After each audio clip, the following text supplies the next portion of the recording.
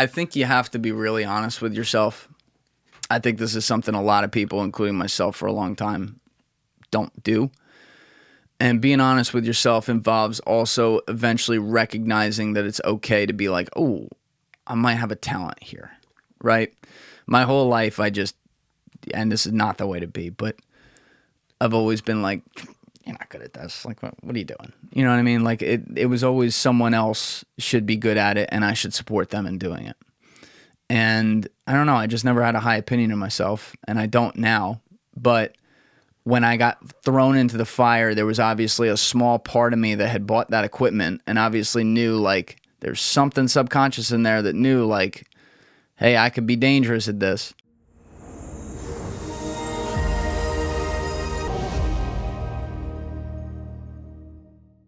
Julian Dorey, welcome to the podcast. Welcome to my podcast studio, man. Dude, I'm so honored to be sitting in your seat. I've watched you in the seat so many times, and it's so nice to be you giving me this opportunity to sit in your chair. Dude, in my your pleasure. Studio. Thank you so much. My pleasure, man. I admire what you've been doing from afar, so I thought this would be really cool. I'm really glad you came here. I appreciate that a ton. We're going to do a podcast after this as well on mine. I'm excited for that, but you've been killing it, and I see that. You can kind of tell from people online over time, you know, whether they're for real or not, and you've been at this a long time, and I respect it a ton, so I'm glad we could do this. Yeah, there are very few people who are taking it as seriously as me and you both are, who have been doing it for the same amount of time. And I think it's like I see somebody 3 years into their journey, and I'm 3 years into mine, and I'm like, oh, this person's taking it really seriously. This person really cares. He's obsessed, and you can tell, like you said, you can tell really easily. So I want to help break that down for people. How does somebody who is in their parents' basement, pretty much, literally, have some of the most influential people in the world talk to them and create trends, create people from basically out of nowhere? It's a loaded question to start, man. You got to be really stupid, really crazy, and really consistent. I think that's probably what it is. And when I say stupid, I mean I planned out this studio that you see and the idea of having a podcast for 6 months before I launched it in September 2020, which literally, that's kind of weird. I didn't know you, but I launched on the 15th. Didn't you say you launched like the same day or something? 23rd. All right, so within a week of each other. It's kind of crazy. But yeah, I did not. It's a long story, like how I got there, kind of boring. But bottom line was I had to be at a point where I had to make a call, like, oh, what am I going to do? This equipment that I had ordered with no fucking bullshit plans at all. And it got here, and I was like, okay, well, I guess I'm doing this. So I just started building March 2020 into April 2020, and I decided, like, hey, I'm going to have to do, just talk to the camera for, I figured, like 30 episodes or something before someone would agree to come in here, because I knew I didn't want to ever do Zoom or anything. I wouldn't even download it. I would not consider it. It had to be in person. So I'm like, well, even when I get to guests, it's going to be me just talking with my friends, but, it's going to be a while before they're like, all right, yeah, I'll come spend 3 hours with you. But to my surprise, I launched like 10 episodes the first day we put it out. Like, I had 10 right there. 2 of them were technically guest episodes, so that was cool. And I recorded a few solos that I was going to be putting out, and people were hitting me up right away like, yo, I'll come in. So, dude, it just started really like episode 16 when my buddy Mitch Laxamana, who is very responsible for me, like even looking at this kind of world and doing this kind of stuff. That's a separate story. But I brought him in, and he and I just talked like old times and had a really deep, fucking cool conversation. And I just started inviting people who I knew could have a conversation and could carry it a little bit. I didn't mind if I had to do a little more work because they weren't, your normal like expert on a topic or something. But I was doing that for a while, started to figure out how to market it, started building an audience, and then it very much naturally progressed into stuff. Like, the thing that I always try to get across when people are asking me questions like this is like they think I had like this genius, like I'm going to do this, and then by episode 145, Michio Kaku's going to come here. No, there was none of that. It just shit happened, And afterwards, I get stressed about it because I'm like, oh my God, like, how did that even happen? Did that happen? Oh my God, look at all the ways that couldn't happen. Oh, thank God this worked. You know what I mean? It's just not, it's not like, oh, it's all going exactly how I wanted it. But I'm not complaining. It's been a really cool ride, and I've been incredibly blessed and lucky to have so many amazing people, whether it's people you've heard of or people you've never heard of, come through this studio from as far as Peru, Africa, France, you know, and give me their time, give me a day of their time, basically, to share whatever's on their mind or whatever they're working on at that time. And I don't take that lightly at all, and I never will. Yeah. And there's so much there that I want to break down and go into. But the first part of it is, I've heard you say a lot that you got the equipment March 13th, 2020. And then by September 15th, you launch of 2020. But what happened in the middle of that time? This is the time, I believe, those 4, 5, 6 months when people stop doing a project, quit, or are like, what the hell am I even doing? You said you had that reaction when the equipment shows up. So you could have easily sold the equipment and been like, I'm not actually starting a podcast. What made you actually continue and do it for the next 4 months, 5 months, and build it out? I didn't have a choice. There were no other options. The boats were burned. So I guess a little bit of the backstory there. I had worked on Wall Street for about 4 or 5 years. To be specific, I worked in private banking. Because when people say Wall Street, they have like, it's all the same, like this idea, it's all the same. There's all different silos of it. I was very much, I guess, on Wall Street, but I wasn't doing like investment banking per se, or some of the, you know, things you think about in the movies. Well, I guess some of them, it's a little similar. But with private banking, essentially what we did is I was a part of a team that managed money for uber wealthy individuals. I think the average net worth by the time I left was 60 to 80 million or something like that.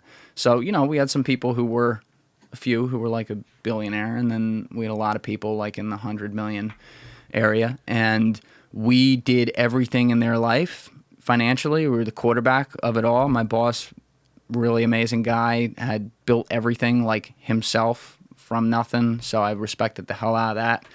And we also did like corporate stuff. So like it could be something like a 10b5-1 plan, managing options for executives on, you know, who have public companies, all the way down to something really easy like a 401k, which, you know, you do on the side because it gives you access to people, something like that. But I worked hard in that job, very hard, for, I guess it was a little more than 4 years. And the way that business works is that you come out of college, if you're able to get connected with a team like that, you get on it, you work like a dog, you make no money, nothing, right? I live paycheck to paycheck. But if you do a good job and you make it, now you make some money. So I loved my team. And to this day, I love all those people. And my boss and I were like this, very, very close. And I really loved being around him. But as my career went on, first it was like a lot of denial, and then eventually it was like, oh shit, like I see what this is. I was like, I don't like this job. I don't like what, like I don't fucking get off on banking. I mean, picture me in a suit every day fucking telling people their financial plans. That's not me. And the business had changed a lot from when my boss was coming up. That was another problem. And he would talk about that a bunch, and I knew it was going in a different direction. So basically I got to the point where I got the contract offer from him. And I think he kind of knew, like in his head, I was going to say no, but he was hoping I wouldn't. And I said no, because I was like, look, Larry, that's a lot of money. I'd be wealthy, relatively speaking, overnight. But if I say yes to that, I mean, I could stay a year, collect a check, and bail on you, but like I'm never going to do that. If I say yes to that, I'm saying I'm here for at least 5 years. I'm in the inner sanctum now.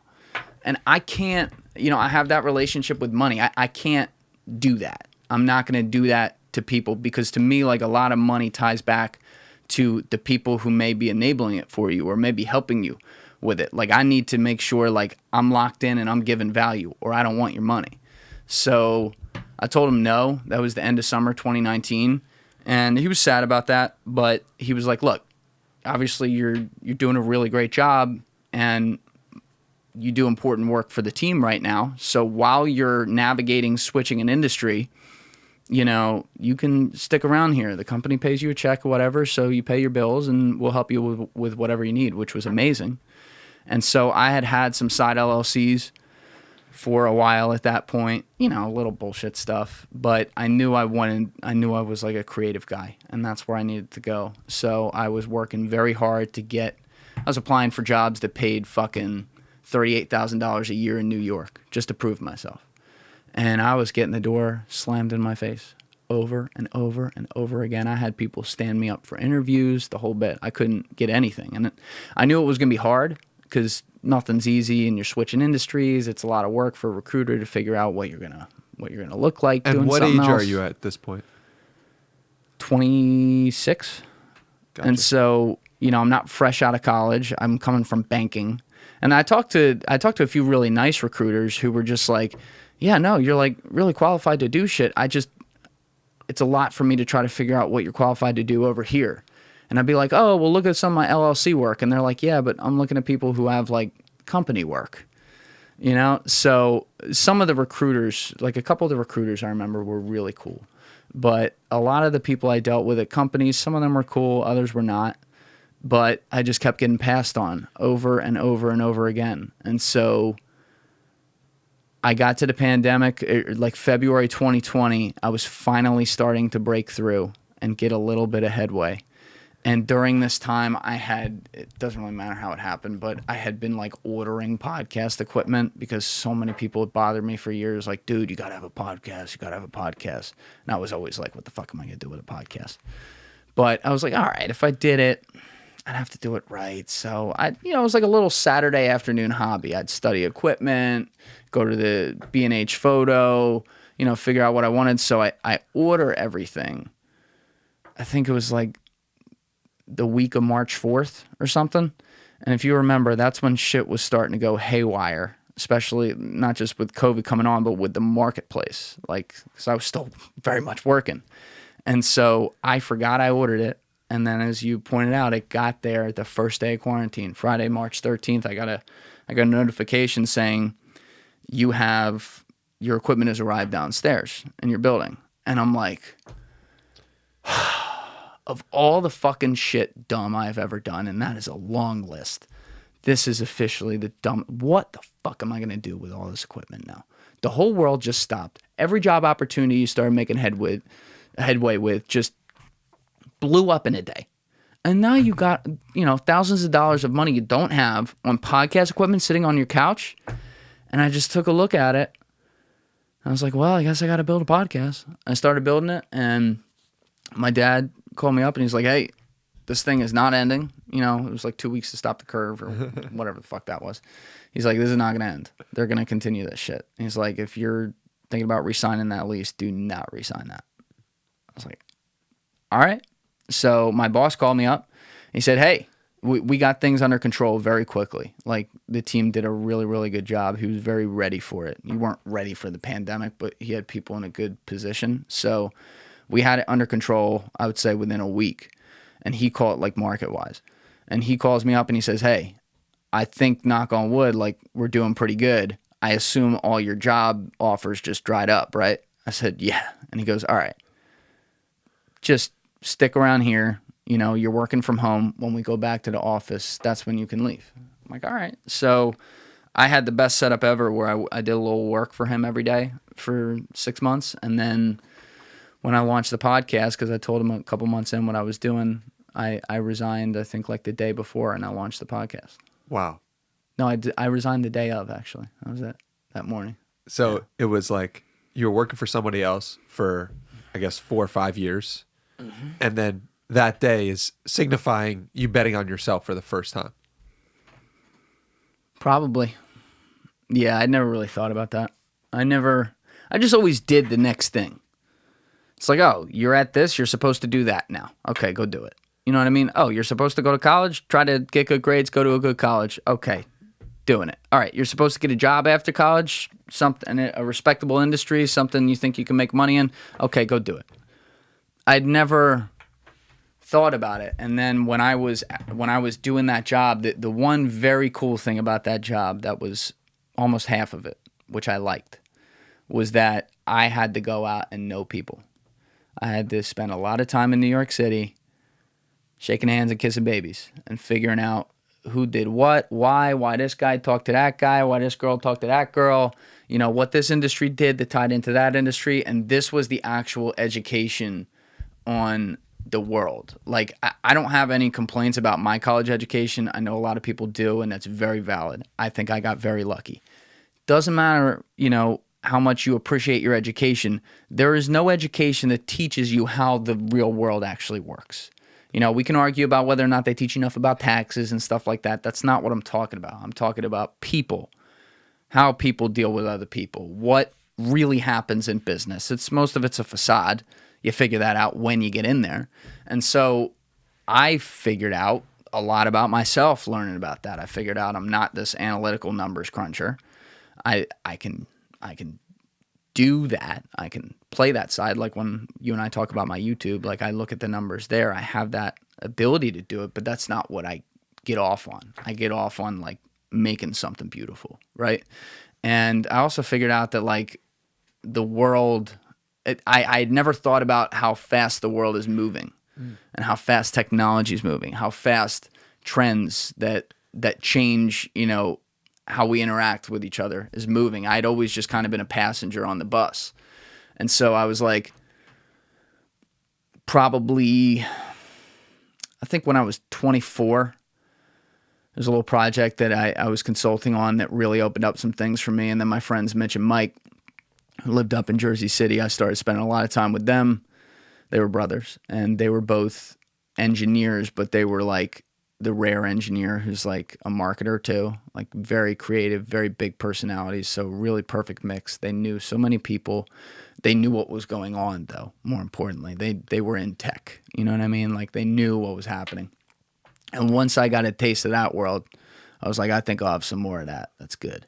And so that's where I started to figure out where marketing ties into it and how some things work. You don't figure out a lot, but you figure out a few things to get, you know, dangerous. And yeah, then it just kind of, they were the first guys to make me do content and work on that. And we started doing that in late 2018, early 2019. And it ended up, through some of those things, it ended up kind of translating into what I do now. So you do the podcast for a little bit, and in September 15th, you launch it. At what point do you realize you're kind of good at it? I think you have to be really honest with yourself. I think this is something a lot of people, including myself for a long time, don't do. And being honest with yourself involves also eventually recognizing that it's okay to be like, oh, I might have a talent here, right? My whole life, and this is not the way to be, but I've always been like, you're not good at this. Like, what are you doing? You know what I mean? Like, it was always someone else should be good at it, and I should support them in doing it. And I don't know, I just never had a high opinion of myself, and I don't now. But when I got thrown into the fire, there was obviously a small part of me that had bought that equipment and obviously knew, like, there's something subconscious in there that knew, like, hey, I could be dangerous at this. And I think Mitch and Mike had really gotten me very confident with that. My buddy Chaz Servino and Ty Martin, those are two other guys that, you know, in different ways along the way really got me confident in that, unknowing to me. And so there had to be a part of me that was like, all right, you should try this. But I still didn't think I was good at it. Especially, like, to this day. Like, it's kind of built in because I've spent thousands and thousands and thousands of hours editing. But, like, I still cringe when I'm talking and I'm editing it. Like, there's still a small part of me that cringes because it's like, oh, God, why'd you say it like that? Or, like, you know, that never goes away. But when I was cringing the hardest in the build up to the podcast, when I was practice filming things and filming the first podcasts in summer 2020 that were going to be some of the solo podcasts and stuff, there were little moments where I'd let myself get a little lost in the edit, and I'd start to realize, like, oh, I've been watching the last 5 minutes. And so, I sat here some late nights, 3, 4 in the morning, and said to myself, I think you might be pretty good at this. Like it's cringy right now, but there are signs there that you could develop into being solid at this. And so for the first 6, 7, 8 months I was doing the podcast, I did the podcast with confidence when I came in here to do it, but I thought very little of myself, and it was like a great paradox, because it's like, the subconscious is there that knows, like, all right, I'm pretty good at this, but the rest of you is like, fuck you, bitch, you fucking suck at this. You know what I mean? Like, it's kind of like a motivator in a way. And then I remember it was probably episode 38 with Grant Wiley. That was the first time when I was recording it where I knew, a lot of people can't do this. In what way? It's the first time I ever had an out-of-body experience doing the podcast, where I saw what was going to happen and how I was going to drive it to happen right before it happened. And I'm sitting right in that seat right there, which is a little trippy to look at right now. And you can even see it when I watch it. When I go watch that little part from that episode back on camera, you can literally see, like, my body, like, winding up like a pitcher almost, like, here we go. And my friend Grant's a really great guy. He was one of the best linebackers in college football history. He was a middle linebacker at West Virginia during, like, the Pac-Man Jones, Rich Rodriguez years. Godly player. And he went to the NFL but blew out his knee badly. I think he blew out his shoulder as well, so he didn't last in the NFL. But I had met him up in New York City, and when I was up there before this all started. And we hit it off. He's a great guy, and he's a very, very smart guy too, because he probably got hit in the head about 6,000 too many times. So he speaks very deliberately. And when you first talk to him, you'd almost think he's not, like the brightest guy. And then he gets talking, and you're like, ooh, wow, there's a lot going on upstairs. But we were having a conversation about his life and some other things in it, because he has a very, very interesting backstory, and he's accomplished a lot of different things in his life. But he started talking about when he was, I think it was when he was a senior, or maybe it was like towards the end of junior year, the junior season, I should say, football season in college, about how his best friend from home died. And I could just see, when you're looking at somebody's eyes and you see them glazing over, and not because they're going to cry, but because they're reliving it and they're there. And you can kind of, it's like they're watching a movie right here. They're not quite looking at you. They're looking right here, and there's a screen, and they can see all of it. And I felt where I was going, and I just leaned right forward in that seat, and I just went right at him. I said, were you suicidal? And he, like, his whole body went like this and just went back, and he goes, suicidal, no. But, and he starts describing this whole scene about how he had a weapon, and he would play with the gun at night and get really drunk and look at it just to know that he had the ability to use it. And I was like, whew. So when we were done that podcast, I said to him, because he was a friend too. It wasn't just, at that point I was bringing all friends. And I said to him, I was like, what'd you think? And he said, you have a way of knocking on doors that I don't want to open, but I open them right the fuck up. Yeah. And so when he said that, I was like, it was very powerful. It was an enormous compliment. Probably the best compliment I've ever gotten, maybe will ever get, especially coming from him. But I was just processing that in my head, and I was like, you know what? This whatever that I've always taken for granted, I thought everyone could just do this, just fucking bullshit and talk with people. I'm like, I don't think they can. And I can. At that point, it becomes undeniable. And I even heard James Fox say something somewhat similar at the end of his episode with you, which was, I think you guys have been talking for 5 hours. 6, yeah, like 5:45, something like that. And he goes, like, I didn't realize all this stuff was in me. And like, and it's like, that is the greatest sign that you've done your job, is you've let somebody express who they truly are at a full level. And it was such a subtle compliment he gave you. But I'm like, oh, that's the most important part for an interviewer to really understand, because that's really what you're trying to do. Yeah, but that's the thing too. I am not an interviewer. I've never done an interview a day in my life. I talk with people. You know, I think that's a huge part of it. I turn the cameras on, and the only thing different from when I was 25 is that the cameras are here. That's it. Yeah. You know, I sit down, and the art of conversation is something I think, not to be conceited at all, but I think a lot of people don't understand. They do, but when they start like analyzing someone else doing it, they don't get it. And it involves very different things for all different people. You know, there's some conversations where I can wind them up like a wind-up doll and sit back and not do a goddamn thing for 3 hours, and they're good, right? There's other conversations where they're making me pull from them. Your boys got to be active. They want to, you know, they'll sit back sometimes and go like this, like, your turn, you know, and I better be ready to introduce something, bring something to it that's going to stimulate their thoughts, you know? But it's not... It's kind of like all the connecting I did when I worked on Wall Street. If you wanted to call that like interviewing, connecting with people, then call it that. And that's just what I do now. But to me, I never look at it that way. Yeah.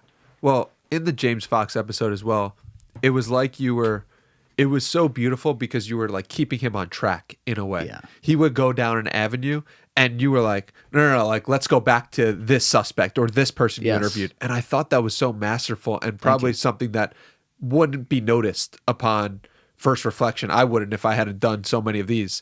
But I was really appreciative for you keeping him on track. Was that something you thought about prior to? How often do you think about keeping a guest on track? For that one? Yeah. Oh, I knew I was going to have to do that. So it's funny. I'd laugh at you saying this because that's an episode I was actually very proud of. Yeah, you should be. I'll link it below. Oh, thank you. Amazing. Thank you. And I'm really tight with James. Alessi Alamon, who helps me out with the show now, had produced his documentary Moment of Contact with him down in Brazil in 2021. So I was tight with Alessi. Alessi had obviously told me all about that, introduced us, and like we're all on a group text every day together. Like he's just a great guy. But it was actually funny. That was the most loud criticism about that episode, which ties directly into my point about how people have no fucking idea how conversation works. Because I was actually surprised at that. And people were like, why do you have to keep stopping him? Just let him go. And I'm like, Malaka, he's talking about fucking 3 aliens running around a town in Brazil and looking at it from 12 different angles. I got to keep it straight for people at home who aren't an expert on this, number one. Number two, if I'm not challenging this and not trying to trip him up, it's not even trying to trip him up, not making sure he doesn't trip up throughout the whole way, I'm not doing my fucking job. So I could sit down that seat and say, all right, James, you ready? Yeah. All right, moment of contact, go. I'll be back in 3 hours. And you'll just get a guy who, to his credit, is just going to tell you everything he knows. And every time you're like, well, wait a minute, what about this or what about that? You're not going to get that because he's just sitting here fucking talking to the wall. So it's funny you bring that one up. But yeah, that one, the first episode, like, because we did 2 episodes, the first episode, which covered like most of his previous documentary, we were so amped up that day because we had been spending like the last day and a half together. His flight had gotten canceled. He had to drive down here from Vermont. We were going out the night before, like the 3 of us. So we were like so over energized that I like that one. It's a good episode, but I could have been way better. I was like a little like overstimulated, I guess you could say. But the second one, we had really settled in. And that's exactly what I was doing. I was just, when he would talk about like, oh, Marco Teresi picked up a live alien, I'm not sitting there nodding going, oh, okay. I'm like, wait a second, he picked up a live alien? What do you mean? Explain it. And then he starts explaining. I'm like, so wait, and then I'm trying to relive the scene so that people can understand it. He got out of the car. Where was the other guy sitting? Oh, he was sitting. Okay, so he walked around that guy. That guy just stays in the car. Yeah, he stays in the car. This is how it's supposed to go. Because he wants that because he wants it to have to be clarified. Like, oh, no, that's good. You know, oh, yeah, we got to give that detail. It helps people understand. Like, if people aren't familiar with the 1996 Varginha, Brazil case we're talking about, it is the wildest shit you've ever heard in your life. It sounds like a cartoon. But the evidence that James Fox uncovered for over 12 years before he went to go actually do the documentary was so voluminous that he was like, fuck, something happened here. Whether it's the full thing that they're saying or not, something happened. And as he had the greatest hook into that episode ever that a guest will ever do. And he didn't know it was a hook because we'd been recording for 2.5 hours. So he didn't know that was the beginning of the episode. But he's like, I just want to turn to the camera right here. I'll give you, I shouldn't say it. I'll give it to you so that you can play it in the episode. Yeah, he's like, this is either the greatest story in human history or the biggest hoax I've ever seen. There's no in between with this case. And I'm like, oh, that was good. Yeah, that was good, man. But he was right. And I love that a guy looking at such a controversial type topic like that can know that and can be like, look, I'm not telling you I was there at these things. I'm not telling you everything is 100% fact. I'm giving you all the evidence I can give, and you guys are going to have to make that judgment. And that's all you can ask for. Yeah. And I love also, what I love about your episode is that there was so much that he revealed that he didn't put in that he wished he could have. Like, for example, one part that really hit me was the alien putting the image or making some information to the person, a doctor potentially, saying, you humans, I feel so bad for you guys. You don't know your potential. And when I heard him say that, like, chills all over my body. And I'm like, wow, that's a remarkable thing to be able to witness, and to know that he didn't put that in the documentary because he was like, I don't have enough sources, I don't have enough evidence, which made me believe him more. And it was only through your questioning that I could really feel the presence of what he was trying to say. So that's great to hear, man. I mean, I again, when I have a guy like James Fox is the fucking man. I love that dude. In addition to being quite possibly the nicest human being I've ever met, I could go kick that guy square in the nuts and he'd be like, hey, Julian, how are you? Like, he is the nicest person you will ever meet in your life. He is even nicer than you saw on camera. Like, in addition to that, we are talking about a dude here who's like in the kind of space where people are always like, oh, they're just trying to monetize it. This motherfucker he's a brilliant filmmaker. If people haven't seen his documentaries, you have to watch him. Like, forget the subject matter, as a filmmaker, he is a genius. His work it's beautiful, right? But he had that skill when he was young. And his father was like a journalist and worked on a lot of quote unquote respected things. But he got a hold of some cases and he couldn't let go. And this is a guy who, from age 21 to about age 50, when the phenomenon came out in 2020, was dead fucking broke. He was, in fact, I think it was close to $1 million in debt, or maybe a little more, when the phenomenon was coming up. He spent 8 or 9 years on the phenomenon, literally like on the floor. He described, there's 15 minutes that I put on Patreon in between episodes when we were sitting down, where he describes exactly what those years were like, and how, his partner Rebecca was like, it's got to be this one or it's got to not happen. But he had made brilliant films before where he just made the money back that he put into it.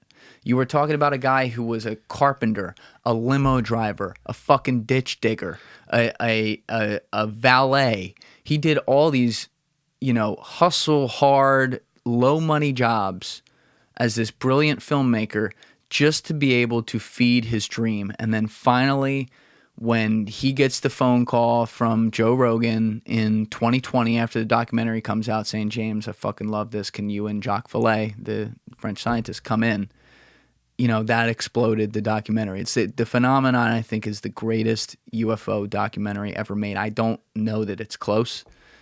What was the one Spielberg did in the 70s? That one you'd have to say, just because it was ahead of its time. That is definitely up there. That could be the best. But in modern history, at the very least, Phenomenon's the best. And it's nice to see that the work got recognized by someone great like Joe Rogan, and a guy like James. Finally, he doesn't have to live paycheck to paycheck now. He can work on his documentaries. That's what allowed him to do Moment of Contact. 2 years later, he puts it out. This dude is a machine. He's in there filming, editing, investigating all the time, and he wants a high burden of proof.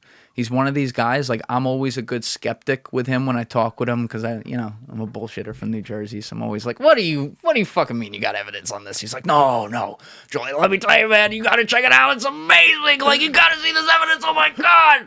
And I'll be like, James, I don't know, man. That one sounds out there. He's like, Rebecca, I'm on the phone with him again. I'm trying to explain it. And, he'll go through everything with me and I'll be like, wow, good job, James. Like, he really goes balls to the wall on all of it. And so I trust him a lot with the information. Yeah, and I think part of your success is because you can just really you have so much love for these people that you talk to. Like the guests, when you call me up on the phone, it's like, you'll never believe this guy's amazing, this guy's amazing. And I could see how much you care about the people you talk to.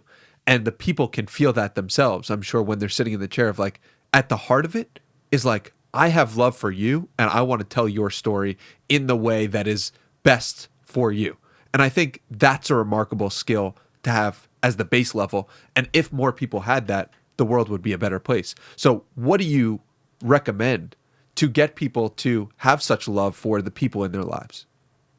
Well, I mean, thank you for that. I have a great respect for all the people that come here, and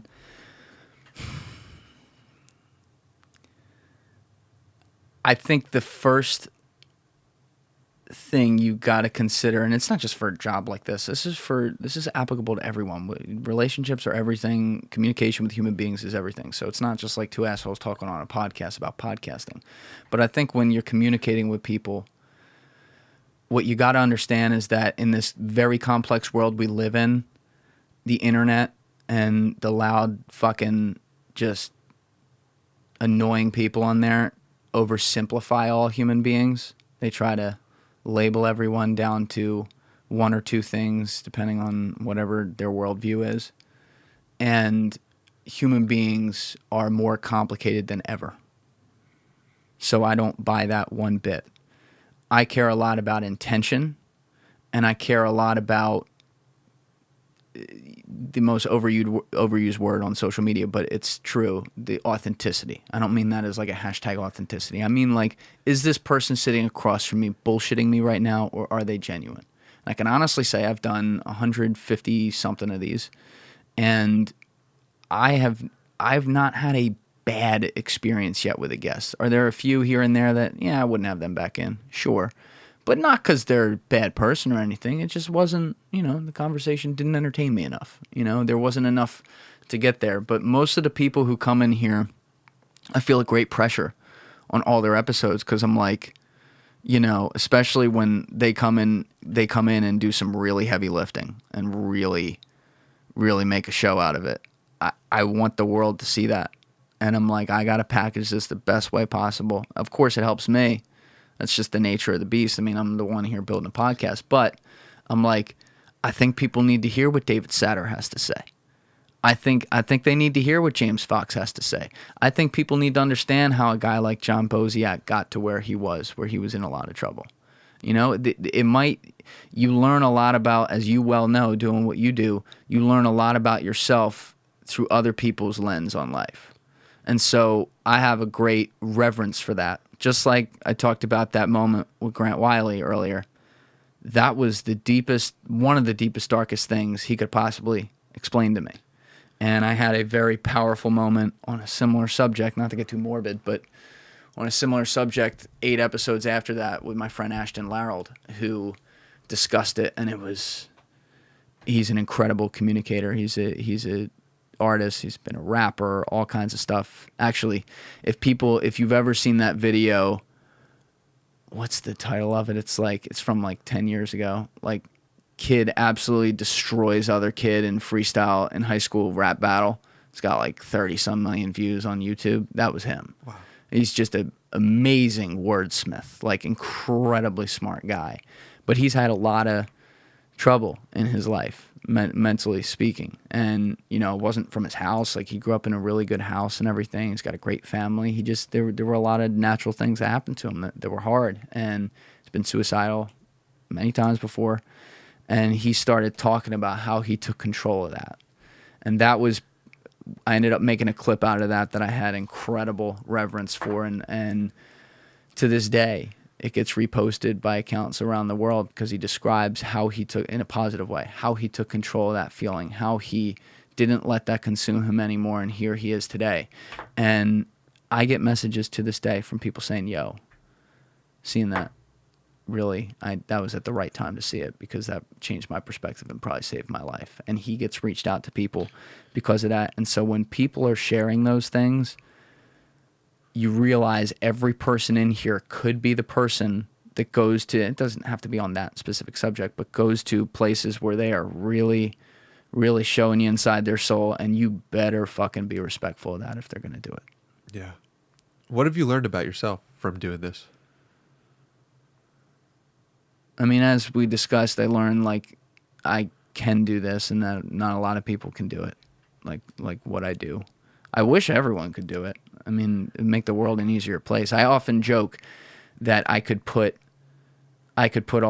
most divorce lawyers out of business very quickly. If we mandated that all divorcing couples had to be locked in a room like this with no lights and headphones on for 12 hours, believe me, you wouldn't need a mediator. They couldn't leave. They had to sit here with their headphones on and listen to each other. So I wish everyone could do this kind of thing. But yeah, I learned that. I also learned that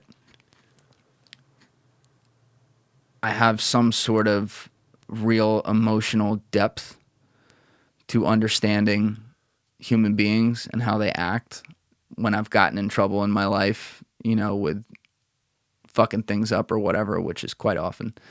It's because it actually ties back to me thinking way too much, which I kind of knew that, but like I got a new lens on it with this because I see how in tune I am with the other people in here and how much, you know, no one can ever read minds and I do not try, but how much they will give me enough. So whatever's happening is making them give me enough that there's a wavelength of communication below what they're saying as well.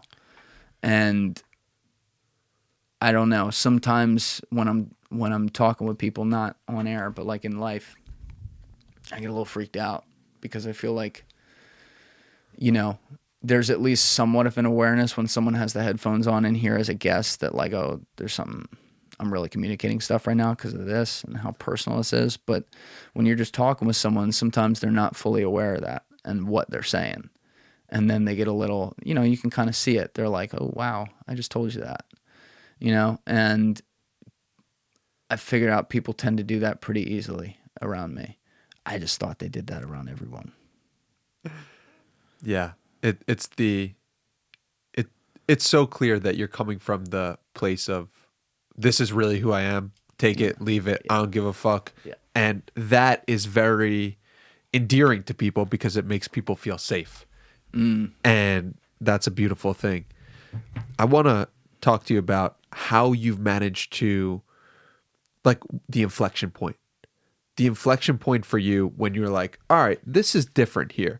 Because you're always having great guests, you're having great conversations. But then at some point you must say to yourself, what's going on here? Like, Michio Kaku's coming in and I'm talking to him.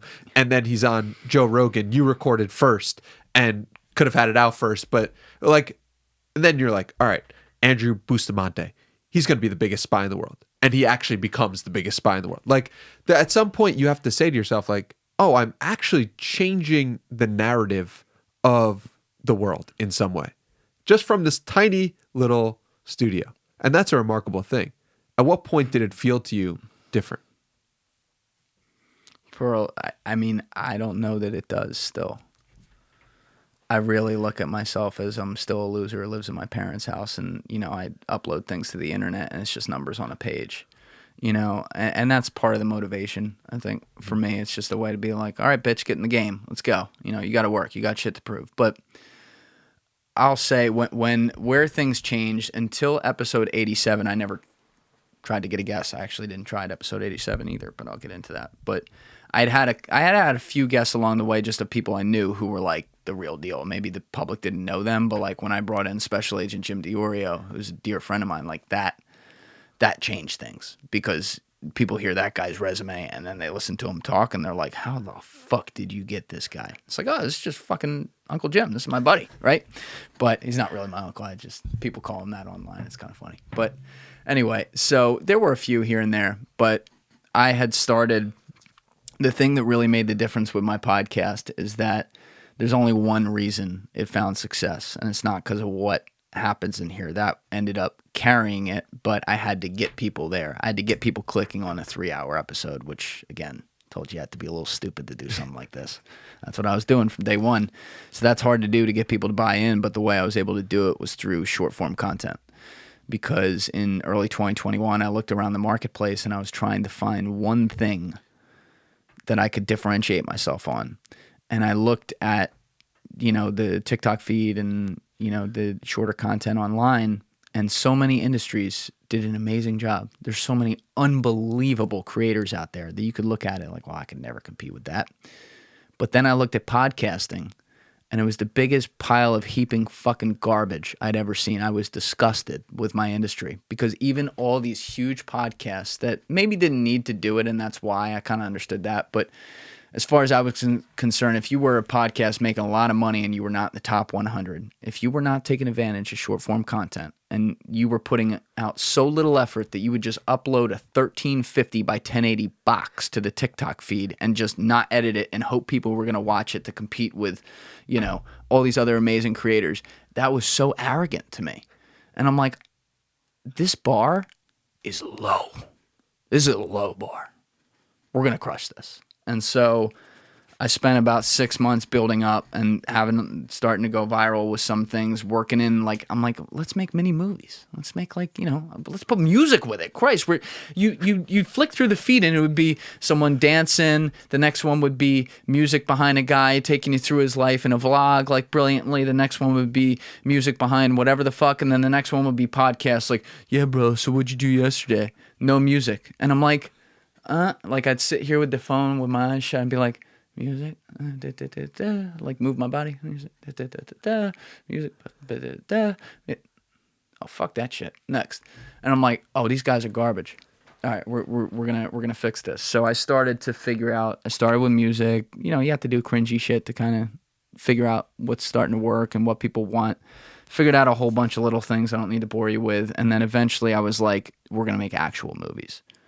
When people are sitting in here discussing things with me, they are telling a story. So they're painting a picture. So I'm going to fever dream the fuck out of my mind, and I'm going to create those images in perfect format. I will recast people into the role of what's being said. So when Ryan Tate sits here and is talking to me on camera about almost being murdered in South Africa because he had a bounty on his head. He's an ex-Marine who hunts or protects wildlife like elephants, rhinos, lions, pangolin, all these amazing creatures in Africa that are being hunted and funded by foreign nations for terrorists to come hunt them for money and endangering them. And so he runs this unbelievable organization, Vet Paul, out there. He's been doing it for a decade. When he's sitting here telling me about the story about when he had a bounty on his head and then he had to leave to go get a surgery in the U.S. and the guy who replaced him was murdered in the middle of the street. In my head, and I think about this after the podcast, I'm constantly thinking, what was I picturing? And what I was picturing was I had this kind of redhead guy across from me in Africa, so I saw Ryan Reynolds in Safe House, and I saw Denzel Washington as the guy that got fucking murked. Now, the plot of the movie Safe House is nothing to do with poaching and whatever, but they're in Africa. It's this wild, kind of undercover guys, and there's all kinds of scenes in the street and shit. And so when I went to make a short out of that, you're goddamn right, I used that footage, and I went and found footage that could match it, that, could fool the heart more than trick the eye. And so when I started to do content like that, I was maybe 4 videos in, and I posted one night that ended up being really viral on TikTok. And I kind of knew it right away just based on the numbers that were coming in. And my buddy Mike Laxamana, who I talked about earlier, texted me. And he never, we talk all the time, but he's very, he's more of a pull resource than a push resource.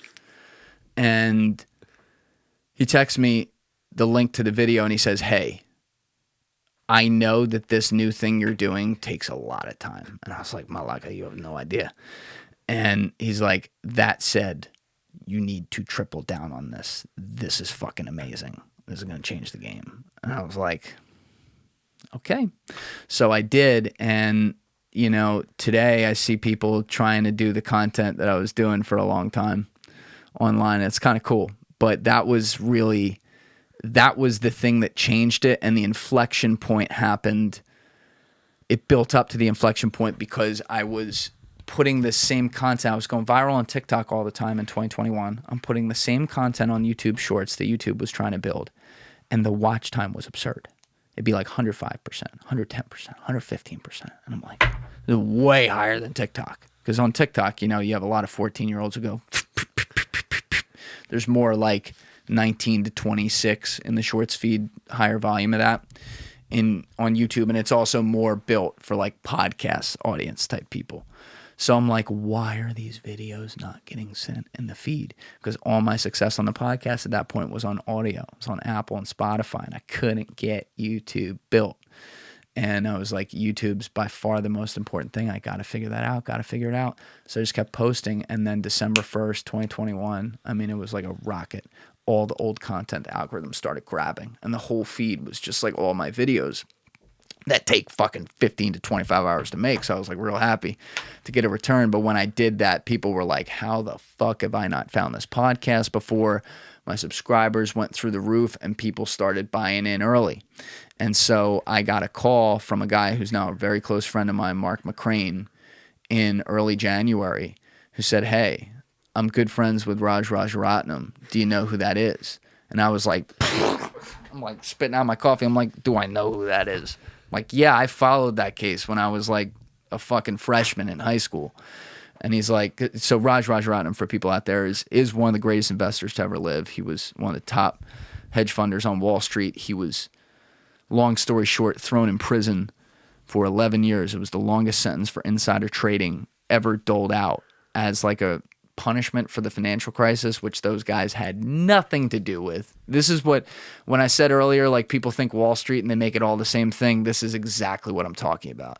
The New York Southern District of Manhattan wasn't willing to make cases against the people who actually did the financial crisis because there was a chance they would lose. They were hard, complex cases to make.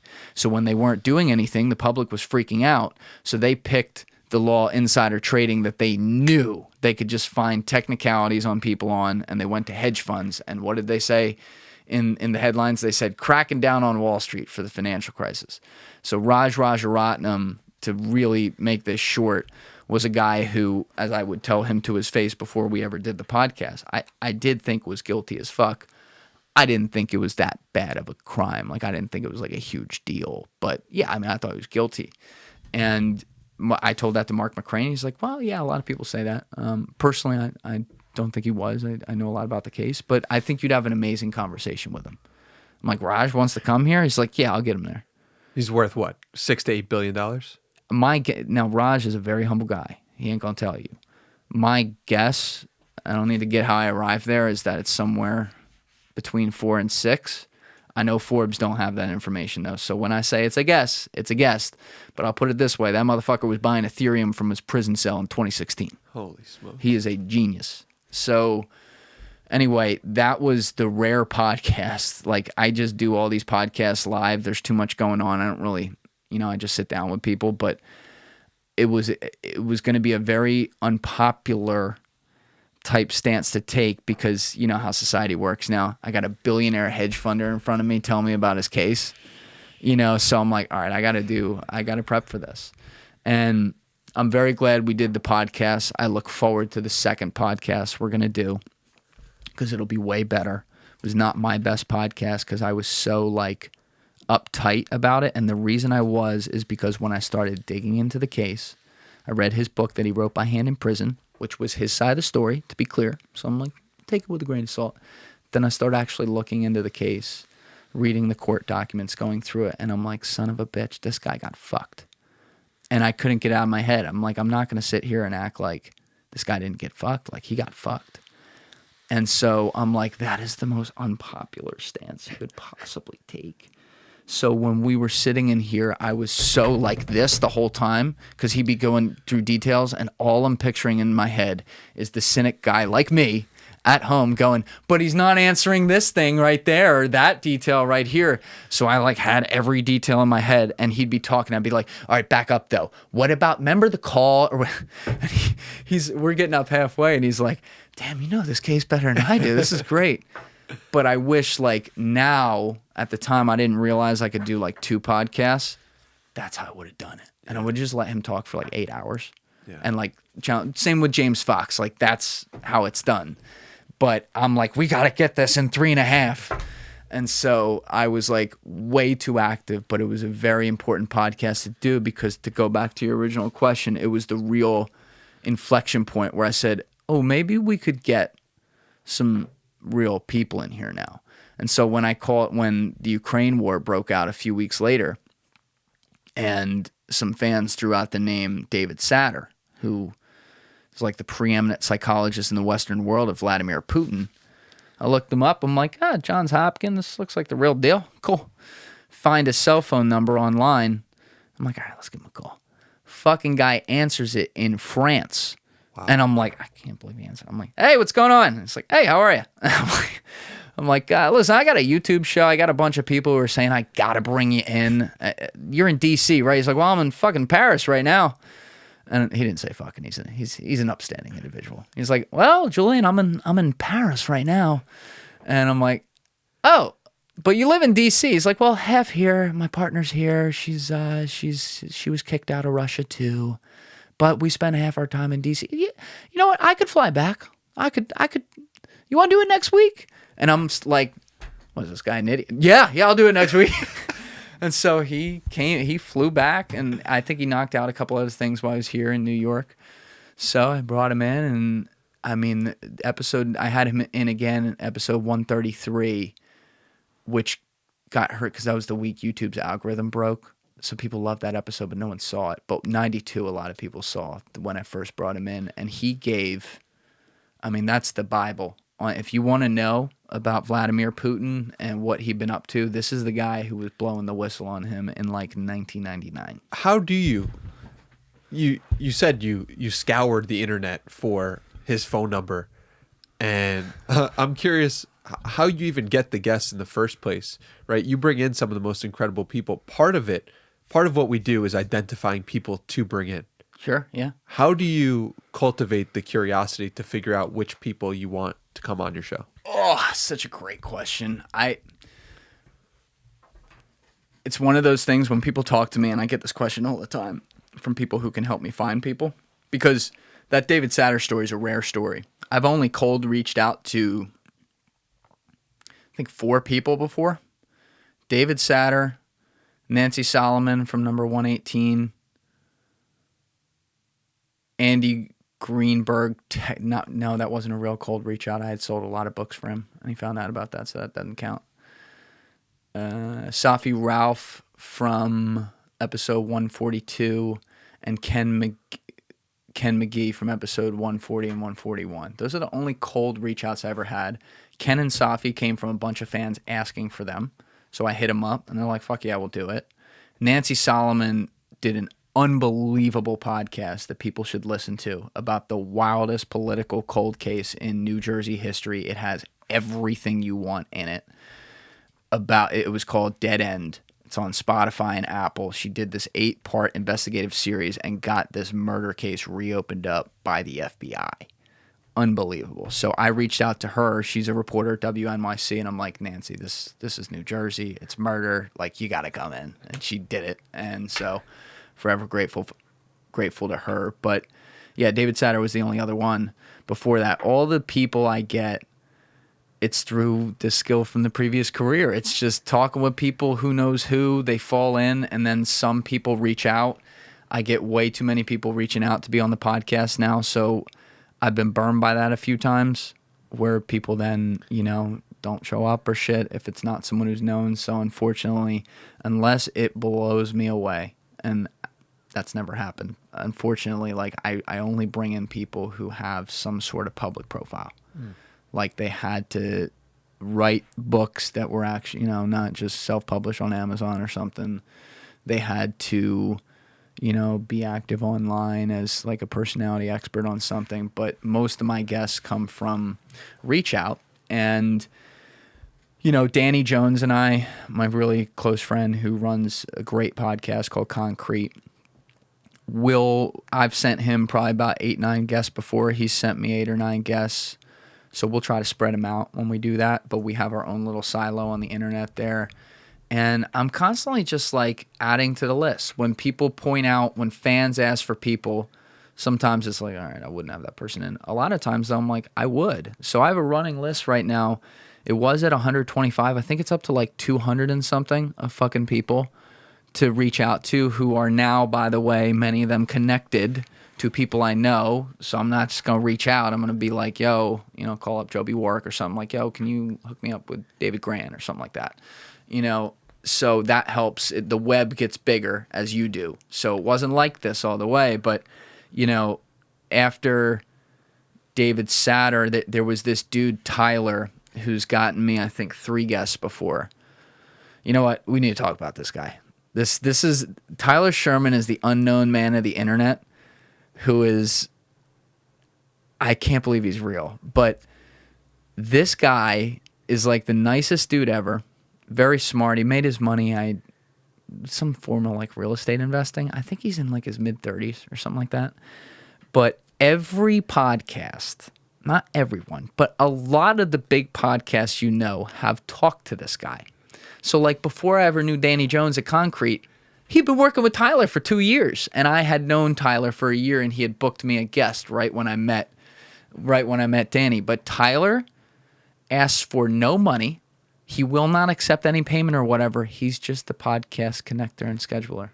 So like I said, I've gotten like 3 or 4 people from him before. I have sent some of my people I found to him. He puts them on all these other podcasts. I don't even have to do it. And he just like, he'll call you up and he'll be like, all right, so I got a guy in New York. He talks just like this. I got a guy in New York. He's working on this thing with this guy who's innocent in prison, and he's been discussing it online with a lot of people. I think you should bring him on. And then I got this other guy. He's out in California. No, he's actually in South Africa. I'm sorry. And like, he'll just run through all these people. And to go to your question of like, what do I look for in a guest? I was on the phone with him yesterday, and it's funny, like 1 out of 20 people, I'll be like, yes. 19 out of 20, I'm like, no.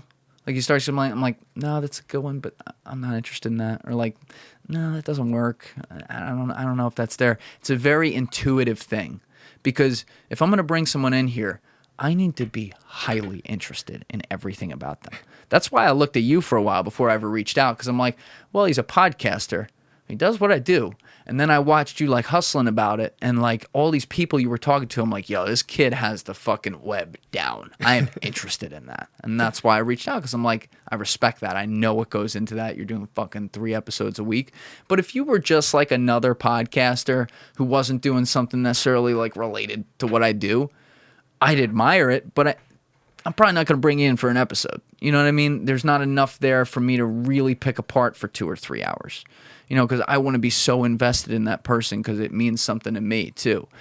Look, does it make a great product? Yes, but it also it's a genuine thing, because if I'm sitting here and I gotta fake it with someone, and thank God I've never had to do that, dude, I can't even imagine that. I don't know if I'd be able to put it out, because you'd be able to know. You'd know, like, oh my God, he has no interest in that. You know what I mean? Like, I had one come in last night from another guy. I'm not gonna say what it was. But he's like, he's got whatever, 3 million followers on Instagram or whatever. And nice guy he was talking about, nothing wrong with him. But I was like, yeah, I just don't give a fuck about what he does. Like, I have less than 0, no offense, just like, I'm not going to sit here and fake that I'm interested in that. I'm sorry. And my friend who's trying to help me out, he's like, but he's got like 3 million on Instagram. I'm like, listen, Malaka, Andy Bustamante had 0. And like, we can take care of business. You know what I mean? I'll take the thing that has the right backstory to do it. And I wish, it's my fault, I wish I could communicate it better to people. I'm so bad at it.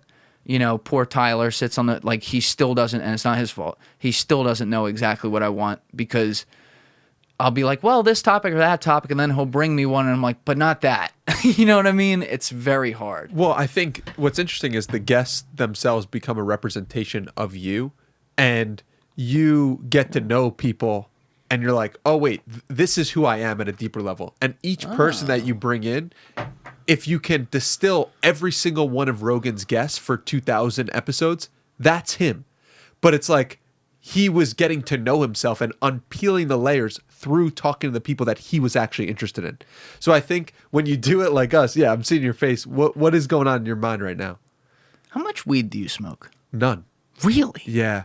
I've only smoked weed in college, but haven't Good for you. the past 5 years. So you're just born with this in your veins. This is like meta shit. It's really impressive. I never thought of that, bro. I think you're onto something there. Right? Like you're learning more about yourself through the people you're choosing to bring on. And very few people get that opportunity. And, you know, something that I notice from looking at you and your guests is that like a lot of them go to a dark place. And it's not a necessity All right, finish this point. for you to bring them on, but there's a darkness in your being that comes through on the podcast. And I'm curious what you think of that. All right, this is where I'm gonna disagree with you, and I'm gonna call you out a little bit, but it's funny. But you're like the most positive dude ever. Like I could literally, you're another one like James Fox. I could kick you in the nuts, and you'd be like, "Yo, how are you, man? How you doing?" You know, like legit. The Danny Miranda people see on camera, that is Danny Miranda off camera, the nicest guy ever. And like you do a podcast where, and we'll talk about this later on when we do the podcast where you're gonna be the guest on mine. But you do the podcast where you're like, "Hey, how'd you build this? Let's go, man!" Like, "Oh my God, what's your mentality is amazing," you know. And it's all that like over and over and over again. So you're seeing the best of all people, and I actually think that's a great thing because it gives you. It's not to say like you paint the world with rose-colored glasses and you can miss stuff, which you can. Yeah. But for I think you said something to me on the phone yesterday, like for your own inner peace, there's certain things you do, and your podcast is a big part of that too. And I think that is so good in a world that's filled with so much bullshit and, to use your word, darkness. Like we have to have that. My podcast, though, is not dark.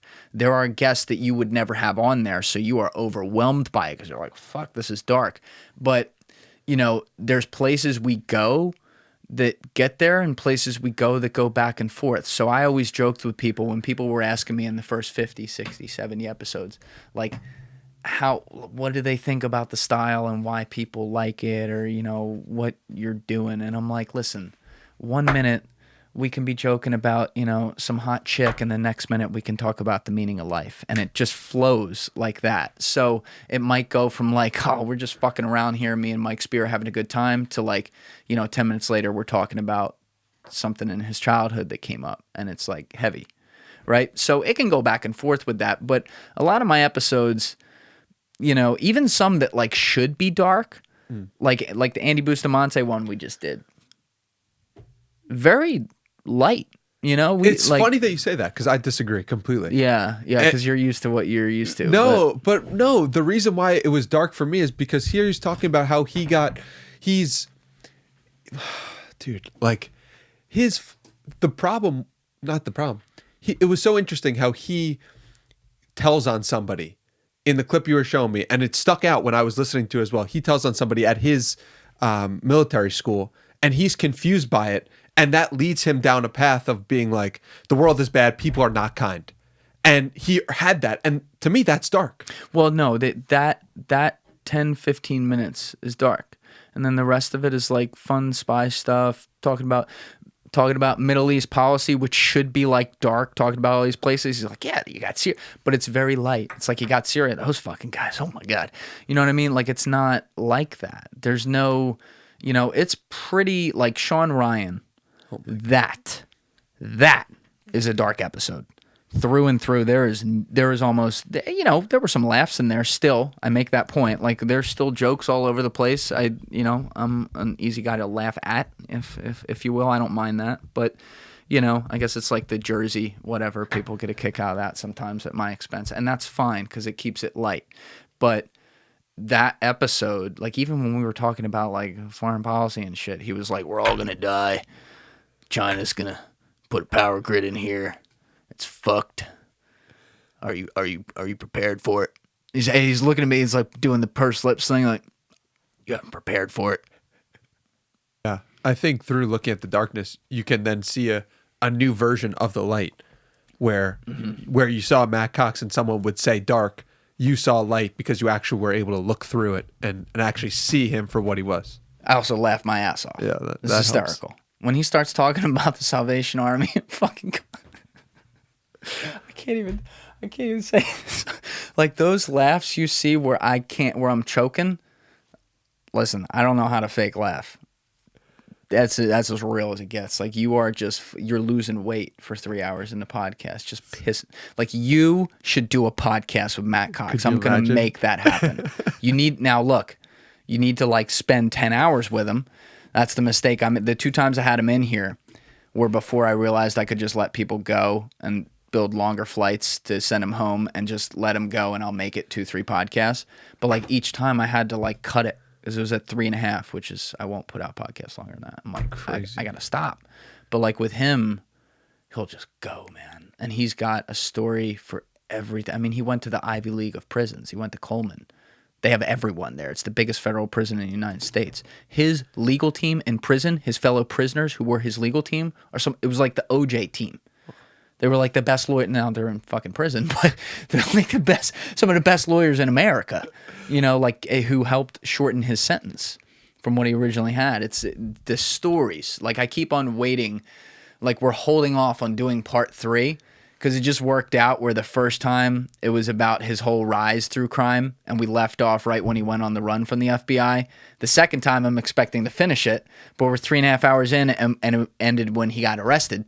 So now the third time is going to be all prison, and we'll probably have to do 2 of those just for him to tell the story. But it's like you are just pissing yourself the entire time because it is fucking hilarious, and it's also very revealing. He reveals a lot about himself, and he is aware of that. He has an intense awareness of what he reveals, which is not always pretty, obviously. Yeah. How has your perspective of the United States changed upon doing the podcast? I laugh at that just because like some of the conversations we had off camera.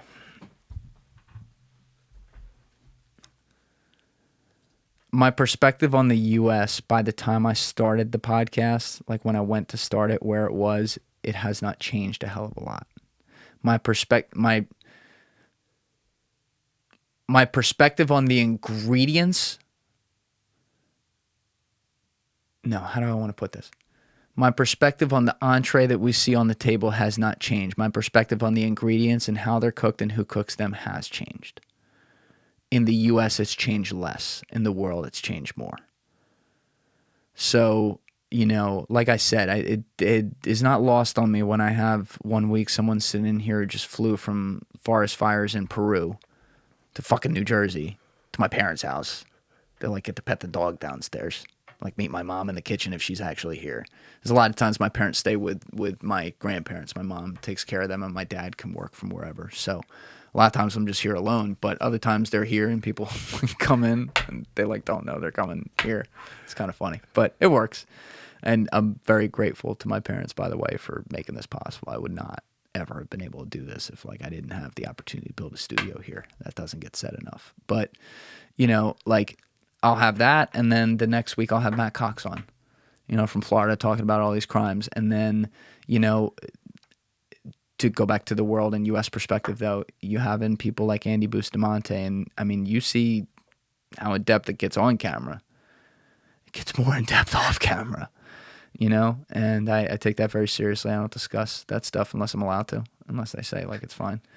But there's a lot of people like that. When I talked to David Satter, this is a guy who was kicked out of Russia. He's the only journalist ever kicked out of Russia post-Soviet fall. And he's actually the only journalist who was also kicked out of the USSR right before the fall. And he was the last one to be let back in maybe like 94. But, to hear about... And that guy kills me. You would get along with him. He's the most positive, happy-go-lucky dude ever. Really? Ever. And Vladimir Putin killed all his friends. Oh my God. Like I'm not gonna lie. Now I'm listen. farthest thing from an expert on this kind of thing. But like when I was picking him up from the train station the first time, you know, my dumb amateur ass was like looking around the corners and shit. Just, you know, it's like a week into the war. Oh, wow. And I'm like, I really don't want this dude to get murked while he's with me. You know what I mean? Like, I don't know. Like, because what his claim to fame, there were a lot of them with Vladimir Putin, but he was the West. There was a guy in Russia and maybe another reporter too, but there was a guy who had been in the FSB in Russia who was a whistleblower on this, but he was Russian. And then in the Western world, David Satter was the journalist who blew the whistle on Vladimir Putin blowing up his own apartment buildings in Moscow in 1999 to get into office. He created a fake war with Chechnya by blaming that bombing on the Chechens. Started the Second Chechen War, was viewed as a wartime leader. His approval rating went from 2% to like 55, and he won the election, and the rest is history. And David Satter uncovered this, and no one fucking listened. In what year? 1999. Wow. Imagine screaming into an abyss. Sometimes meeting with he met with every administration multiple times for 20-some years about like this dude is a loose cannon. And eventually people kind of picked up on that, but they never took it like seriously enough.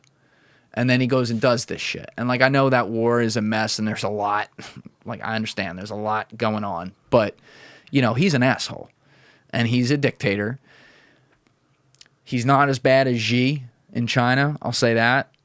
But that's like saying, you know, he's a dwarf among midgets. Like, you know, you're not really winning anything here. Am I allowed to say that? I think so. I have friends. I never know with some words these days. But that was a Family Guy joke. I'm not taking credit for that. But like, you know, he's obviously not a good guy at all. And I have a dude sitting here who's like so happy about the world. Wow. Lackadaisical almost. I'm like, dude, I've asked him on camera, but a lot off camera too. Like, are you worried about like getting got? And he's like, yeah, it's a fear sometimes, but you know, if he could have, I feel like he would have at this point. And then he talks about like his friend who was thrown off a building in DC last week. And I'm like, and you're not like a little, he's like, well, I take precautions. He just looks at me like that. I take precautions. I'm like, I don't know what fucking precautions you're taking, but your ass fucking drove here to see me. That doesn't feel very precautious to me, but whatever, you know. He just has a great attitude about it, and I just can't imagine, you know, again, this guy has killed all his friends, whether it be Boris Nemtsov, Anna Politskaya, a lot of people whose names I can't fucking pronounce. You know, Putin just murks them because he can. And this guy, David Satter, finds a way to just, he seems to be one of the happier guys I know. What do you think's contributed to that? You know, when I have him in again, we talk a lot off camera when he's here, and then I text with him a bunch. Sometimes I'll hop on the phone with him, but I've asked him about it. He doesn't really know, but I want to get to that because I admire it so much. Like being a positive person is a very hard thing. It's not natural. Human beings are not supposed to be positive. We're constantly fighting death. We're wired that way evolutionarily. So when I meet people like you, when I meet people like David, you know, sometimes I think people can be a little too positive and they can kind of block out reality. I've talked with you about that sometimes. I'm like, maybe you're one of them too, which is still net fine, you know, but I think you have to have some dose of reality. I'm not saying you don't. I'm saying sometimes I worry, like, if it could appear that way on your end. But if you can be more, like, I think Andy said there's 120,000 thoughts that go in an average human's brain every day, and 70,000 of them are negative. If you can get that down to 40 and 80 are positive, dude, you're going to have a great life. Like, that's incredible, right? You know, because some thoughts are more negative than others. Some thoughts are more positive than others. It's all a spectrum. But, like, if you can kind of keep it in there and then lean in, I'm looking at the positive side now with my hand, lean in positive hard, that's an admirable thing. And I think I do a pretty good job of that, but I'm always looking to be more positive about things. You know, like we talked about with myself. You know, I always worry about smelling, huffing your own farts and shit. Like, I never want to do that. But, you know, I guess some of it's motivation and is good, but sometimes I should be like, yeah, Julian, like, you could do that. You know what I mean? Like, those are the kinds of things that I feel like David Satter can do no problem. I know you can do no problem. And I'm like, I should learn from that, because I could do myself a lot better if I were more like that. So, yeah, there's a spectrum of it, different people to learn kind of the same thing from, who just have a different experience in life. Yeah. One thing that struck me was you tweeting last night about how, sometimes you can't turn the thoughts off in your head. Yeah. And I'm curious what it's like to live in your reality when you go to sleep at night, considering all the information you've downloaded from some of the smartest, most interesting, most well-connected people in the world.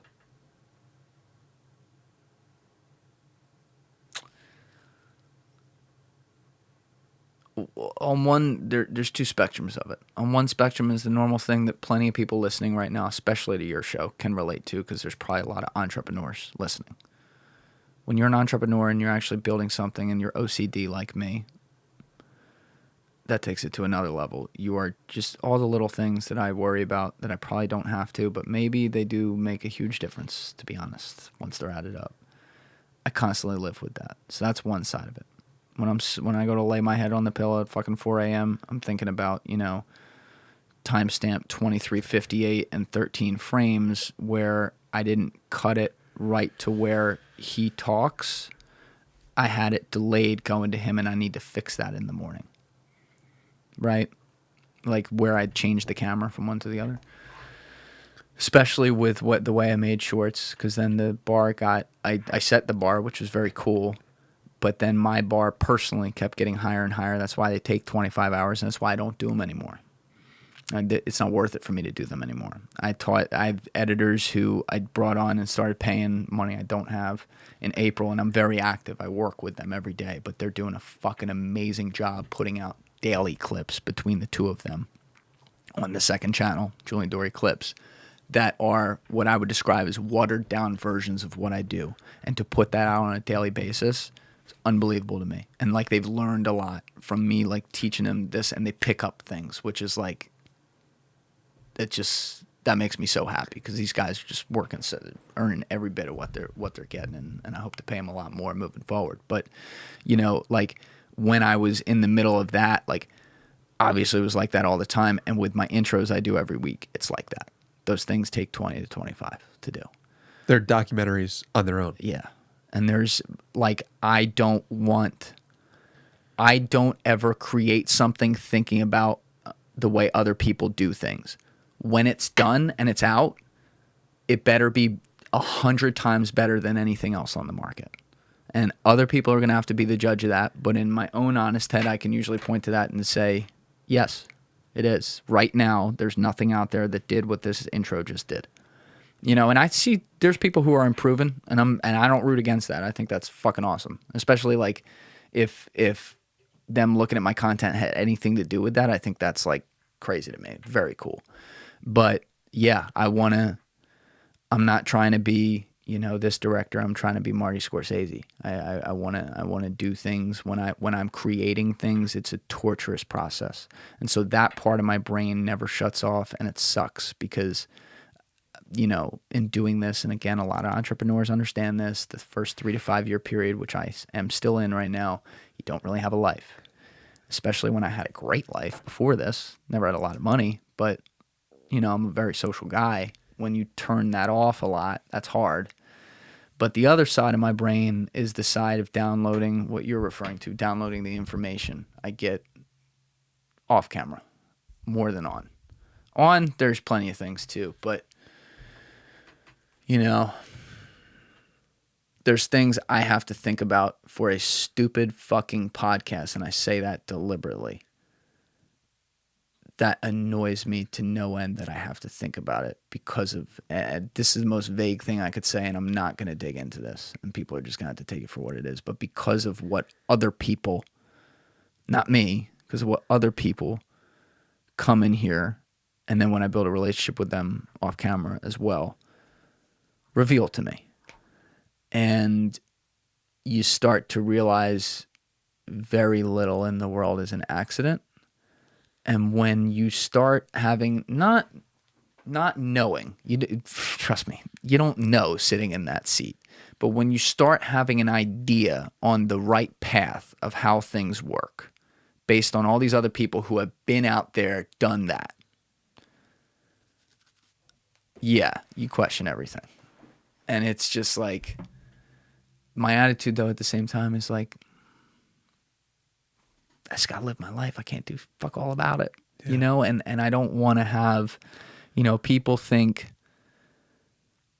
that like, you know, a piece of content could change the world or something. And I do not think that. I think that collectively, a lot of great shows, like podcasts, for example, collectively could cause a ripple. I do think that. I think they have. I think they have. But, you know, unless you're the first, which I guess like Joe Rogan was really the first, like that kind of changed the world. I could make that argument pretty good. I think I'd win that argument if I said it. But like once he did it, you're just a podcaster, bro.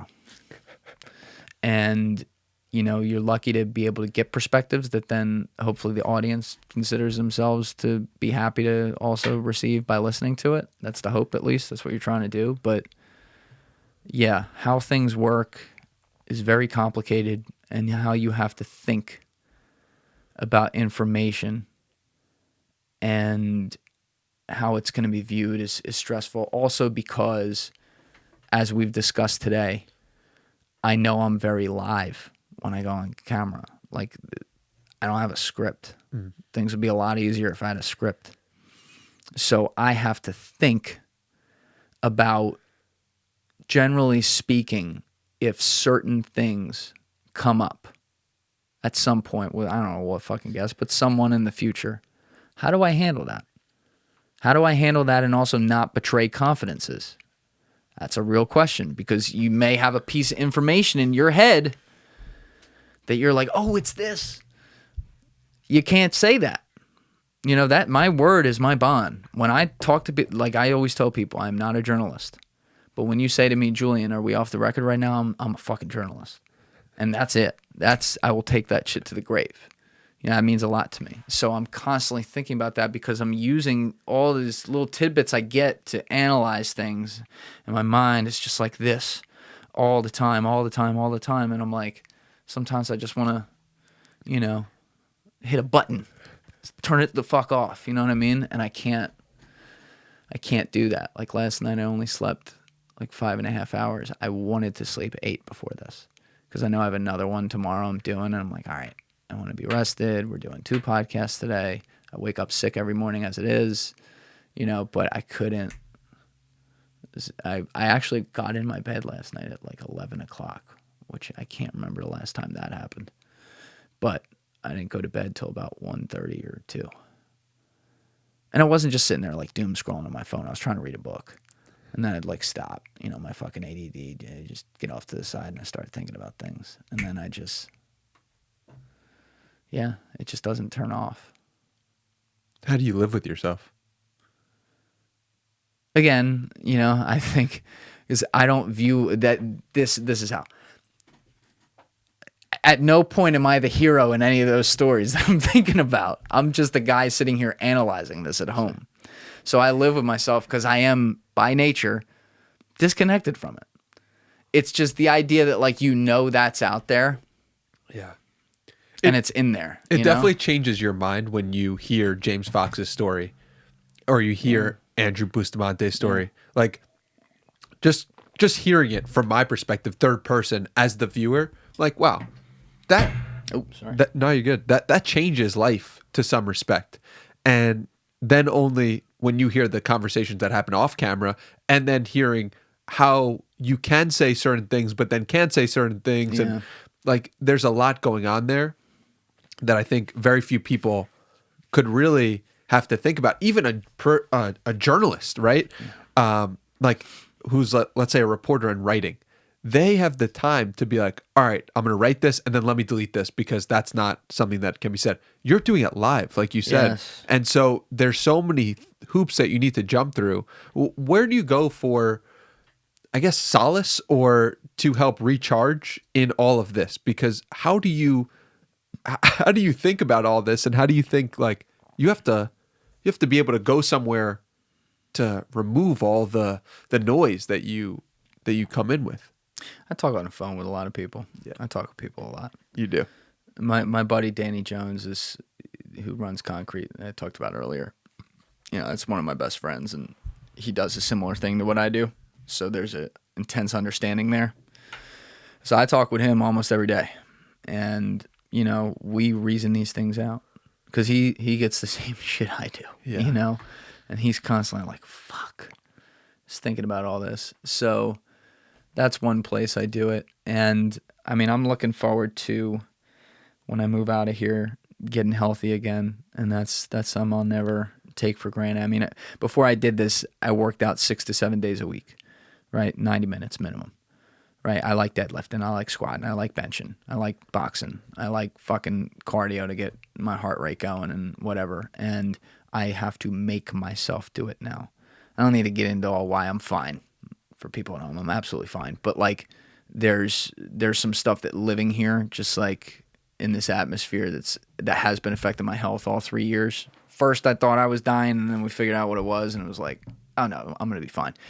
But I'm looking forward to getting that fixed when I move out of here and investing in myself, which is something I've not been able to do because I'm building this alone. I'm trying to get to the point where I can turn it off for 6 hours because I got to go take care of this at the doctor's office. You know what I mean? So that is something that is going to be a huge boost because when I do get to when I actually have a rare day where I physically feel okay and I can do, I mean, it's still 50% of what I used to be able to do.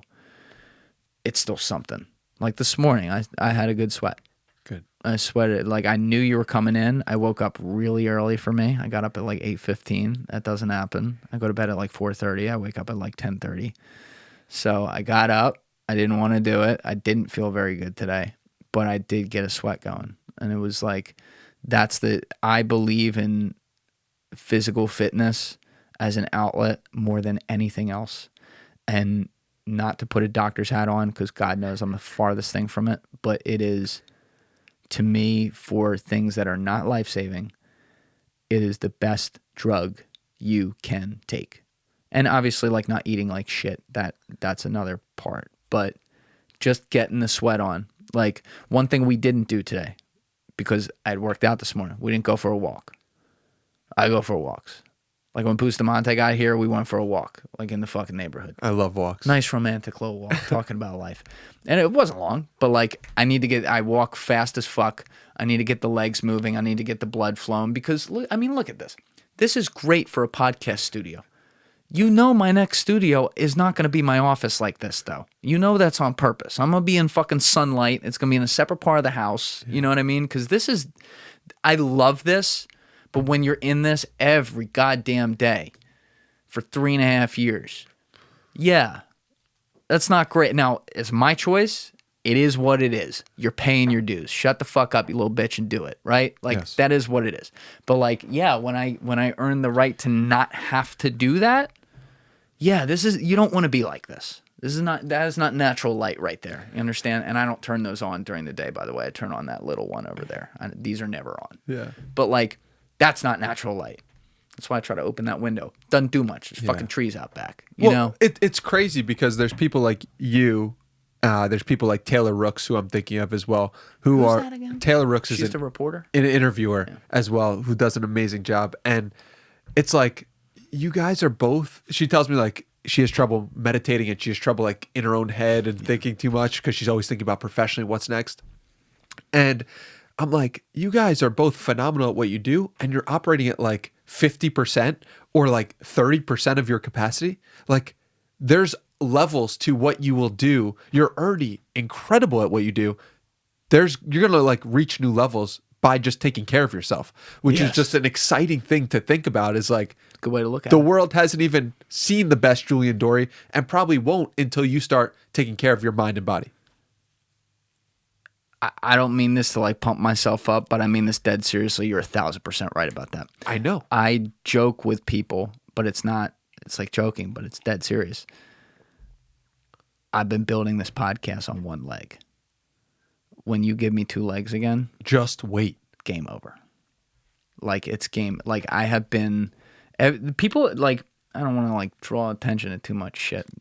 Maybe we'll talk about that off camera. But if you look closely, you can tell a few things. Like when you're watching me on camera, like there's things physically that are not, there's little like say allergic reactions. You can see it. Yeah. And like when I don't remember what it's like to smell. I haven't fucking smelled shit in 3.5 years. Like when I get little things like that back, and then when I'm in there being hopefully like my own little personal beast again, let it out.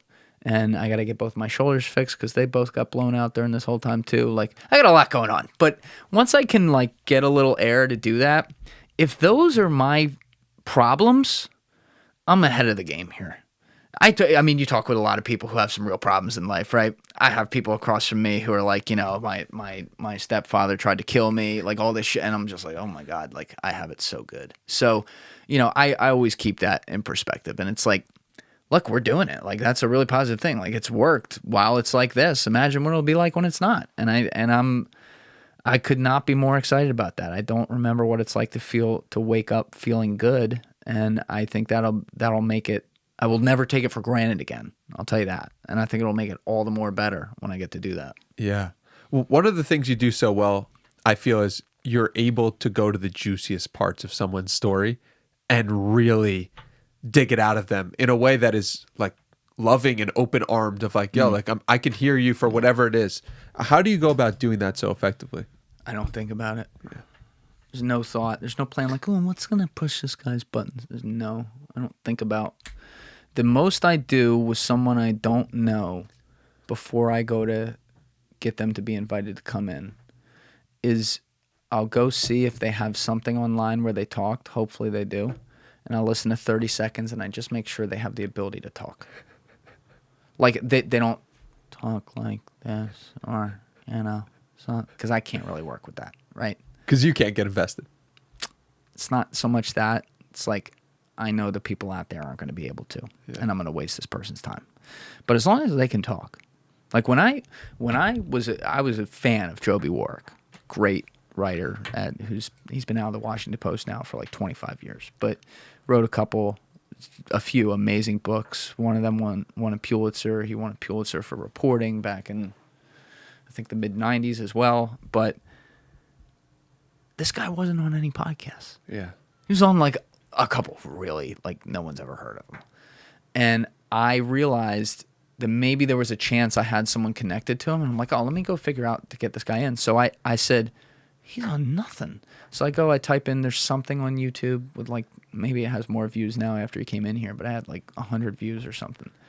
And I watched him talk for 30 seconds, and I'm like, this guy's fire. What the fuck is going on with 2 Pulitzers? He talks like that. No one's get him in here. This guy's fire. I'm like, this guy's awesome. And like, he's a friend. Like he's an awesome guy. Like the nicest dude. Another one of those nicest dude ever. And he's just this incredibly humble. Like incredibly humble. You'd cross him in the street, never know who he was. But he's just this wealth of knowledge and information and like. I can work with that. I don't know why he says the things he says with me. I'm glad I can get it out of him, but I don't. I know Joby Warwick's mouth works. It can move, and it has information coming from his brain, and we're good. We'll get there. That's it. Yeah, that's so simple. But yes, you're on to something there. Well, you keep it simple, but then you throw in these complex, movies that you basically make, and it seems complex to the outside viewer, but complex to make. They're not complex in delivery. Did you have any previous experience with video or video editing? I self-taught how to edit. I had done an edit of something in high school and really enjoyed it on like fucking Movie Maker or something. And I was always into culture in edits and in making things. I'm like, if you're going to make something, use, a song by Jay-Z and CCR. Don't use some royalty-free, which now when I put it on the regular YouTube videos, I do have to use royalty-free, obviously, which I hate. But I spend hours going through composer after composer. And even though I hate the fact that it's royalty-free, I have found along the way some composers who are fucking amazing, like Or Chausha, Brianna Tam. I remember the names of some of the songs. I can't remember the names of some of the artists. But, I have a library that I've gone through because I started doing those intros. I basically took the things I was doing in shorts and translated those skills to now spending that time on the episodes at number 113 with Jim DiOrio. And that was one of those things. I'm like, he was coming in for a news quick one. We were going to turn around and I'm like, oh, I got to make a good intro. Fucking, I'll make an intro like shorts. And I'm like, no, don't do this. If you do this, you're now going to do it every week, you dumb fuck. Don't do this. I went and did it. And then I showed it. I was with a couple of my cousins down the shore, and they're like, oh, wow. And I'm like, fuck, I'm going to do this every week now, aren't I? Because when I find a better way, I'm OCD. I have to do it that way. So I started doing that, and now I've done, I don't know, 40 of them, something like that, 50, somewhere in there. And like I've used pretty much all different music. There's probably about 6 or 7 songs I ended up using twice because they really worked. But, you know, like that process of bringing stuff together, I had always, like when I made the shorts, I'm always using real beats. Like my most popular clip I should say that I ever made had The Hills by The Weeknd behind it. And I remastered the decibels on that song throughout it. I've had other instrumentals that I take where you hear, oh yeah, because you can move your head and start singing the words before you're listening to what's on the podcast. It's people relate to it. They don't know who Orchausha is. They don't start. There's no words to that song. But if they hear bum bum bum bum, your man on the roadie doing promo, that's what they're doing in their head. I definitely got the words wrong there, but that's what they're doing in their head. They're singing the songs. And so I wanted people to sing with the music, and that was something in high school when I did that initial edit. I had done that. So when I started teaching myself how to use Adobe Premiere because of Mitch and Mike telling me to do it in 2019, I started doing some edits for my buddy Chaz Servino because I was doing marketing work for him, and I started to learn how the eye works. And I've never read a damn thing on editing. I've watched a few videos of what buttons to click in Adobe Premiere. I have to do that every now and then because I have no fucking idea how to use it for real. People would have a heart attack if they watched me use it. But I can do everything fast. I just don't. I can point. I'm the guy that can play the music. I can't read the notes. Well, it just goes to show how important the taste is in what you have. Yes. And how taste is the most important thing. You say you're not doing it correctly, quote unquote, from a professional standpoint, and people would laugh at you. But it's like... No. The way, to be clear, the way that I use the tools in Adobe Premiere, yep. I don't know, I can remember names of tools and what they do, but if you talk to an expert editor, they could describe every single. I just know oh yeah, click that thing. Right. You know. No, that makes sense.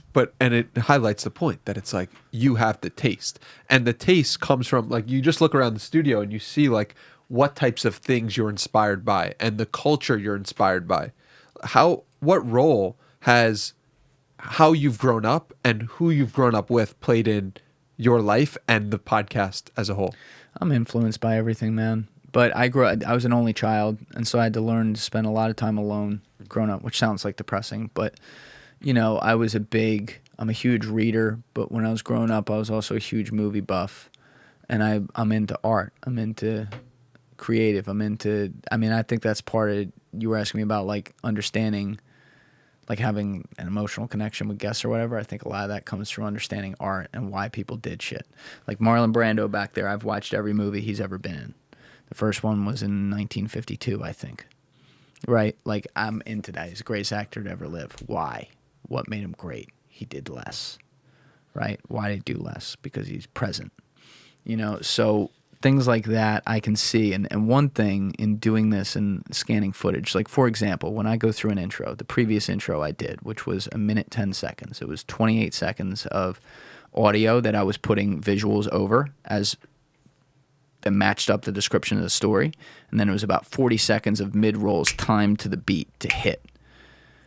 I went through 28 hours of footage that I downloaded offline to go find cuts for those. And when I find those cuts, I will change the zooms, I will change the movement, I will change the speed, I will change the timing. I want the head to turn right in as the screen switches. I don't want it to turn and have 2 beats before the screen switches, because your eyes, when you are the viewer watching the screen of all these things happening, we are most focused on what?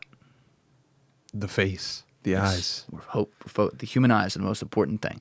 So I want to know, I have like a tracker on those eyes, and I want to know, like I'm watching the screen being sucked in, boom, now it hits, right? So those things are all feel. And I think a lot of that came from understanding why people did things they did on the screen growing up.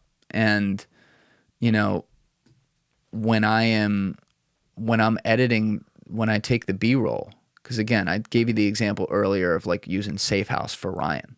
If I turned on the volume to those clips, which I don't, when I'm going through YouTube, it's on mute and I'm listening to podcasts or music, you know, and I'm just going through and I'm looking at visuals. Can the visuals tell the story? I don't want to be paralyzed by what I hear happening, or what if I've seen the movie I already know is happening.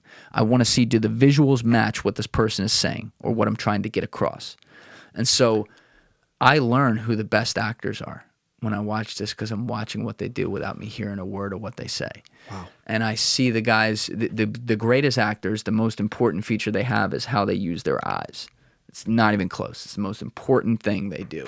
And I watch people do just the smallest little things. And it helps, like, if, you know, it's whether it's a female or a male actor, if they have great eyes, that helps, obviously. But the way they use them, you see a lot of pretty people who are shitty actors who got great eyes but don't know how to fucking use them. They don't make you believe, right? I said a quote earlier, and I should attribute it to Al Pacino. Like, he said, it's easy to fool the eyes. It's very hard to fool the heart. You got to be able to fool the heart. And I see the people who do that, and then I get to use that. My intros are fever dreams. My shorts are fever dreams.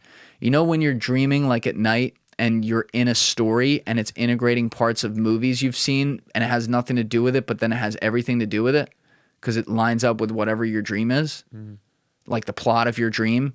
Maybe your plot involves like Al Pacino and The Godfather being Michael Corleone, but he's like your uncle who's taking you somewhere to get fucking something to eat, but he's still Michael Corleone from The Godfather. That's what I'm doing with intros. When these people are describing that stuff, and I cast people, I can't, when the story's personal, I'm casting somebody. Like Ben Foster was cast as Chris Cathers for that first video. Why? Because Ben Foster was in Lone Survivor. Chris Cathers was a special forces guy on the ground for initially Special Forces and then the CIA. So I knew the visuals from that movie would line up, and then I found other movies of Ben with a beard that acted out the things he was saying.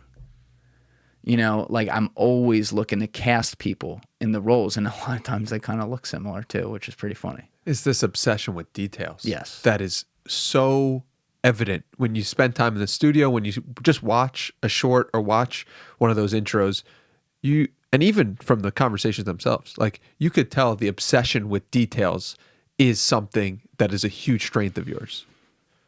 I appreciate that, man. Yeah. Why do you think most people skip over details when they're so important?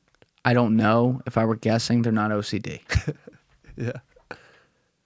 I that's the only thing I got for you. Because like I sit there, I mean, I'm like a pet. You like got to be like, all right, Julian, all right, sit over there, relax, slow down. But I'm like, no, it has to be like this. Yes, right there. No, that guy. No, I don't believe that. Sorry, it's got to be this. Like when I had Sean Ryan sent his producer Kemble here a few weeks before Sean was here for the weekend to sit with me.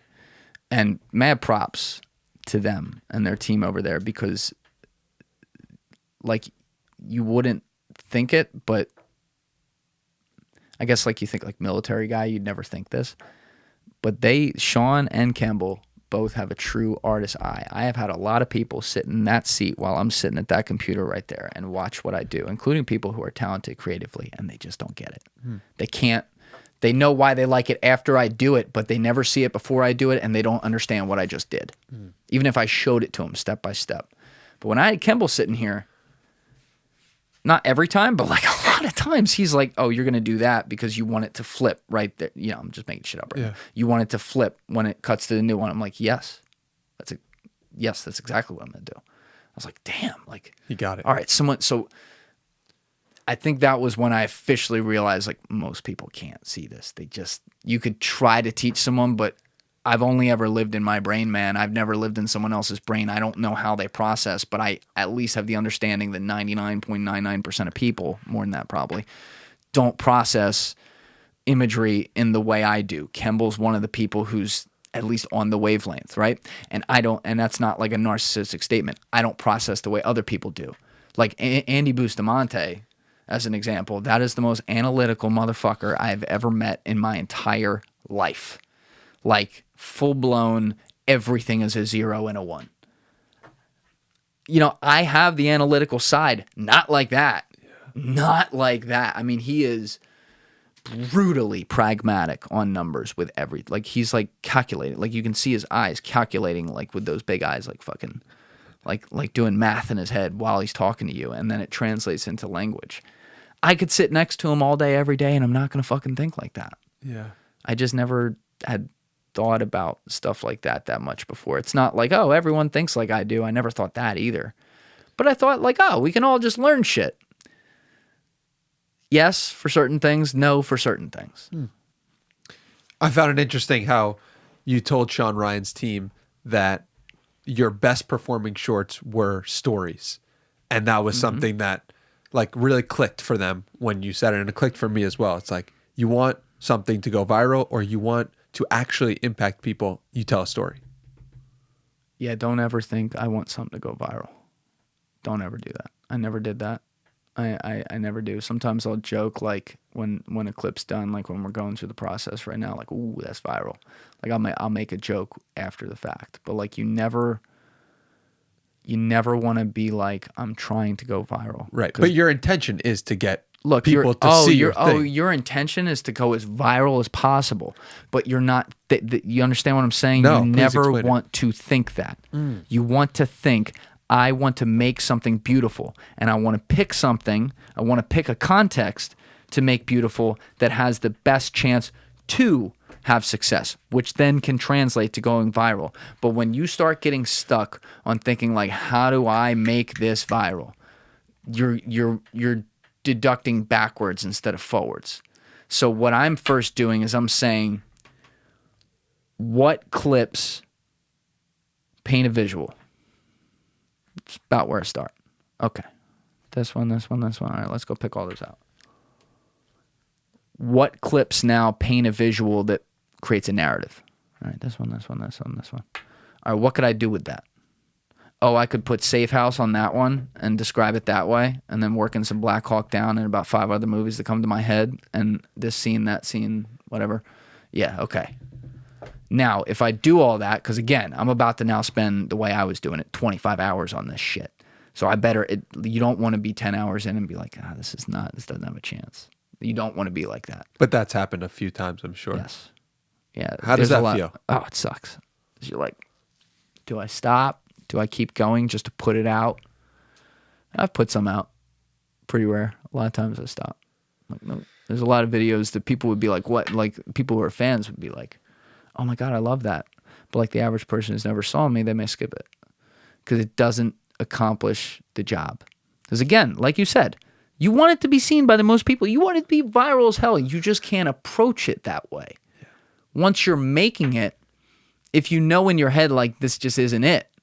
Well, yeah, in your head, you're recognizing, well, this has no shot of going viral. But you didn't start with that. And it sucks because you're like, oh, well, if I started with that every time, would I be able to avoid this? Maybe, but you wouldn't be, it's hard to explain. You wouldn't be able to create something great. Like, to create something great, the quote I live by, that I always paraphrase because I found out he did say it a different way. But Rick Rubin has a quote that essentially paraphrased means sometimes the pieces fall together in such a way that it's almost as if the universe wants it to happen. And that happens in every fucking video I've ever made that does well, and including some that don't, that look beautiful at the end, right? There is something that happens like, oh my God, why was that cut on that trailer I downloaded 1 second and 3 frames? When I first started this out, I didn't even know what the length was, but I needed it at 2. And when I slowed it down to 60%, it was exactly the size it needed to be so that it landed 3 frames before that guy says it, so the human eye catches up and thinks it was on the same frame. Why did that happen? I don't know, but it did. Why did this song drop? That clip I showed you that my team, Alessi, made yesterday, right? That dropped. The scream of the song dropped right when Andy got to the first payoff of the story. He didn't plan that way. it landed right there. It landed right there. The hills landed right when he said, well, why am I going to do this? And then he started the second half of the story on the second drop. Why does that happen? He didn't say like, oh, I'm going to take this 6-minute segment and cut it to 53 seconds exactly and make sure that he says this thing right there. And that clip has 100.5% watch time at 53 or 54 seconds right now, which is really solid, right? And part of it is because artistically it landed just right. The universe wanted that song because it fit. It wanted that spot, and it wanted that feeling that the person's going to be like, ooh, now they're like invested in it. It's like but you want to picture the viewer who really is just sitting there like this, with their hand over their thumb, but in their mind, they feel like they're on a roller coaster. Mm-hmm. They feel like when you're watching a real clip and you feel the skin change, whatever, you feel like you just like need a shower, like you just went and did something. That's what you want them to feel that on clips. And so when I'm doing that, like your original question was about the story, the drill I did with Kemble when he flew in here was I sat him in that seat and I just wanted to feel it out. I wanted to go through their content. I had already gone through some, obviously, but I wanted to see his approach, what he was thinking. Oh, why'd you do this? Why'd you do that? Oh, okay. Sometimes it was like an amazing idea. I'm like, oh, I'm going to work with him. I'm going to do that. Right? But then they were making a lot of solid clips and they were putting out a lot of content because he's got a team and they're doing an amazing job over there. And nothing was bad. But I'm like, there's a lot of like opinion pieces. No one gives a fuck about opinions. Maybe if it's Joe Rogan. Once in a while, you'll land one. But your chances of landing an opinion are like 1 in 100. Your chances of landing a story, if it's done right, are 1 out of 2. Okay? So I said to him, all right, we're going to play a game. And I went to their clips page, and I went to the shorts tab, and there's a tab that says popular or latest. And I hit popular. I said, okay, 1, 2, 3, 4. There were like 13 videos above 1 million. One was at 10, one was at 9. It was on its way down. And I said, how much you want to bet every single one of these is someone telling a story? And Kemble's sitting there, he's like, what? Because he's got like a thick Midwest Southern accent. I was loving it. He's fucking sitting here with me in New Jersey. Had never been on a plane before. Came here to see me. Way. It was the coolest thing ever. He's like, you think they're all going to be a story? And I'm like, Kemble, how much you want to bet they're all going to be a story? He's like, no way, man. No fucking way. No way. And I'm like, okay. So we start the first one. And like a story the hook isn't always the start of a story. Not every story starts with, so when I was 18, or like, so when I went into it. Sometimes it'll be like something powerful. Like there was one that was not necessarily a story that we put out yesterday. That was like Andy Bustamante from the latest episode, break it down. Human beings are not good. He starts it off like that, right? And I'll let people watch the episode, see where he goes with that. That wasn't a story, but sometimes a story could start with, human beings are not good. When I was in Iraq in 2003, now it's a story, yeah, right? And because of the way we do the style with the visuals, we can cheat sometimes, and the way we do it, we can make some things seem like a story that aren't because the visuals are painting what looks like a story. It doesn't always work. In fact, it doesn't work more often than it does as far as like anything viral or like doing very well at least. But you work with that. But I start taking Kemble through all these videos one by one. Story, and then we get to like the 5th one, and it starts off and it's really intense. This guy like looked like he had been through 12 whores. He probably had. It was some guest, and he goes, and it was no music. It was just silent. He goes, you think you're gonna tell me what I can do? And Kemble's like, see, we got one. I said, up. I went like this, and he goes, you haven't lived on that battlefield. See, when I went in there, and he's like, son of a bitch! Like sitting back to every single one. And I was like, you have to tell a story. In this pea-brain world, that's the one thing that people will get invested in because they're like, well, I want to find out what happens next. And it better be good, too. Don't just put a story up there for it to be a story. There were times where I experimented with that, and I'm looking back on it, I'm like, wow, yeah, I'm glad that was only an experiment because the viewer's not happy. at the end. They need some sort of payoff. They need something that shows them like, okay, this means something. I'm invested in this. I want to see more. I want to click the podcast. But stories are everything. That's my biggest problem with your content you're putting out. Very few stories. It's all fucking opinions. And that's why like you have one that does 10 million, then you have 2,000, 1,000, 2,000, 1,000. And like I then see when one gets hit, and I'm like, not always. Sometimes it's an opinion because again, you're gonna hit one once in a while. But like other times, I'm like, ooh, he said when I was 18 or something like that. And he's telling a story, and people get attached to it. And like I think that's the one thing that like as you move your podcast forward, you're gonna get a lot more content that does that because you've been more focused on these first 360, 370 episodes, whatever it is, with like people's mentality and things and like what drives them. And I think even based on some of your questions today and how you wanted me opening up on narratives of things, I think you're going to get more towards exploring people themselves and how they fell into these situations. Not that you don't do that. You do that.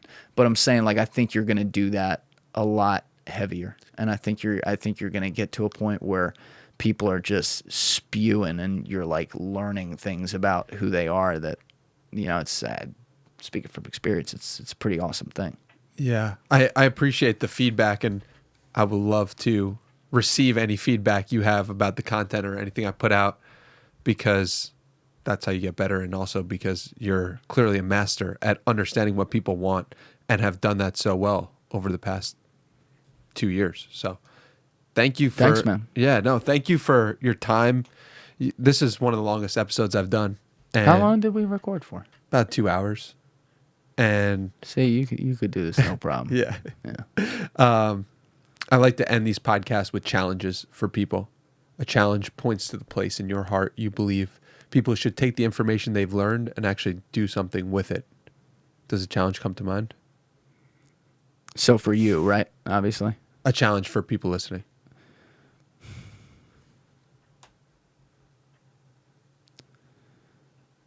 If you are out there and you have a dream, the first quick question you need to ask yourself, and you need to be honest listening to your gut, is, okay, is this actually something that I could do for a living and that is attainable? So like, if you're like me and you're 6'1" white dude, I'm not going to go to the NBA next year. It's not going to happen. It's not, you have to be, like, the word realistic can be dangerous, but like, you got to be like somewhat honest, right? But if you have a dream that in your gut is absolutely attainable, and you are finding every reason on the cons list of pros and cons to not go after that, you need to sit down and actually write down all those pros and cons, and then look at the cons side at the end and decide if every single thing you wrote there is a problem that you can solve. If it is, then get the fuck off your ass and do it, because chances are, like, a lot of your audience is probably in their early 20s, stuff like that, based on the content you do. That is the time. When you have a wife and kids, which I don't yet, and is very deliberate why I'm going all in and doing this right now, I am not going to be like this. Sorry. Don't call me after 6 o'clock on Friday. I'm not fucking answering. Like, I'm going to be present. I had a great example in my parents' marriage, and I have other great examples to look at, and I have a lot of bad examples to look at. I have a lot of people who have regret, and I never, ever want to be that. So I stopped, and believe me, I speak in this challenge from the perspective of someone who did find every silent excuse in their subconscious to not fucking do things earlier than they should. And it all worked out, and I'm proud of being able to finally do it. But like, yeah, there's no reason I shouldn't have done this when I was 24. Not 22. That would have been bad. I'd been canceled off the internet because I'm a fucking idiot. But like, yeah, I could have done this earlier, and I found reasons not to. And a lot of people never find a reason to. And listen, it's not easy watching life. It's not easy to do it, but it's not easy watching life pass you by. It sucks. It does. I don't spend a ton of time on like social media like that. I spend time on social media because it's part of my job, right? But it's very business oriented. I'm not sitting there scrolling through as much, but I still do it. Sometimes 1 a.m. I'll look through. Like, I don't watch a lot of stories, but when I do, I watch all of them, right? And I see people living their life. And in a lot of ways, I'm not right now, and I used to live it very much to the fullest. And I'm going to again, and that's the perspective I have to feel. But you got to be willing to do that. And it sucks, and people will call you. They'll talk about balance. They'll talk about, oh, my God, I'm so worried about you and shit. And, like, you have to be honest with yourself. Oh, am I going to a bad place? Luckily, I never have. And, like, I've been in a good spot, and now we're coming towards the end of this era, knock on wood, where I'm going to have my life again. But the road to get there, yeah, if I sat here and said I've been perfectly fine sitting here, sick in a house, building in a studio with dim lights for 3.5 years, no, it's not all great. And you have to be willing to do that. But the pain of not going after that, I'm kind of diarrheaing of the mouth right now, sorry. But the pain of not going after that, knowing the shiver I get up my spine now, thinking about if I hadn't, will be far worse than the pain of going through it. And so if you want to do something, shut the fuck up, write down that list, figure out how to problem solve every con, and go do it. Well, on that point, what was the subconscious that was telling you not to do it? I'm not good enough. I'm not good at anything. Why the fuck are people going to listen to me? Everyone does a podcast. It's oversaturated, which it was. It's very dumb to start a podcast. I wouldn't necessarily recommend that, to be honest with you. But especially at this point. But maybe you are like, and you're honest with yourself, you got an angle and you could do it. And if you do, don't let me tell you not to do it. Let's be clear on that. But, you know, I mean, it's a laundry list, Danny. It could be 100 things. Like, what are my parents going to say? I'm their only kid, so they worry about me, right? What's my family and friends going to say?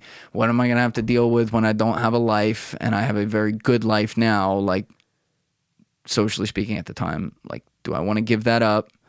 You know, all these things. The list was long. Luckily, part of it is that I didn't have time to have to go in and do the problem solving because I got thrown into it. The equipment arrived on my couch and my dumb ass had spent money I didn't have and it had to work. Yeah. And I do think about sometimes if I went and did the thing that I just gave advice to people to do, if I would have found a way to bitch out of that. Possible. It's possible I would have. But I hope the people out there are stronger than I would have been. And don't. And if they really want to do something, do it, and don't expect any of it to be given to you. And that's the thing. I never ask people for shit. I assume people are not going to give me anything, and I'm stunned when they do. Like, I have so many people. And look, I take the calls. When I see it, and there's a lot of emails I don't see. I have like 90,000 unread emails. Jeez. You know? But when I see things from people reaching out like, hey, man, I'd really love to talk with you about this random person, I take the call. It's not good for my schedule, but I do it. And sometimes I'm on the phone with people for an hour and a half. That's happened. But I watch a lot of people who reach out and they want it. And I'm not the guy to be like, well, fuck you, you got to work. Like, I don't want to be like that, so I'm not. But, like, I get it across, like, I watch, especially when people reach out and they take the video call with me and they want to start a podcast. Every call starts like this. Their face is like this. They're so happy they're talking with me. I'm like, I don't know why you're happy to be talking with me, but cool.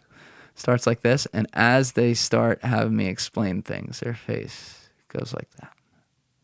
And by the end, they're like, wow, man, oh, fuck, this is a lot. I really appreciate it. And they usually never start. They never do it.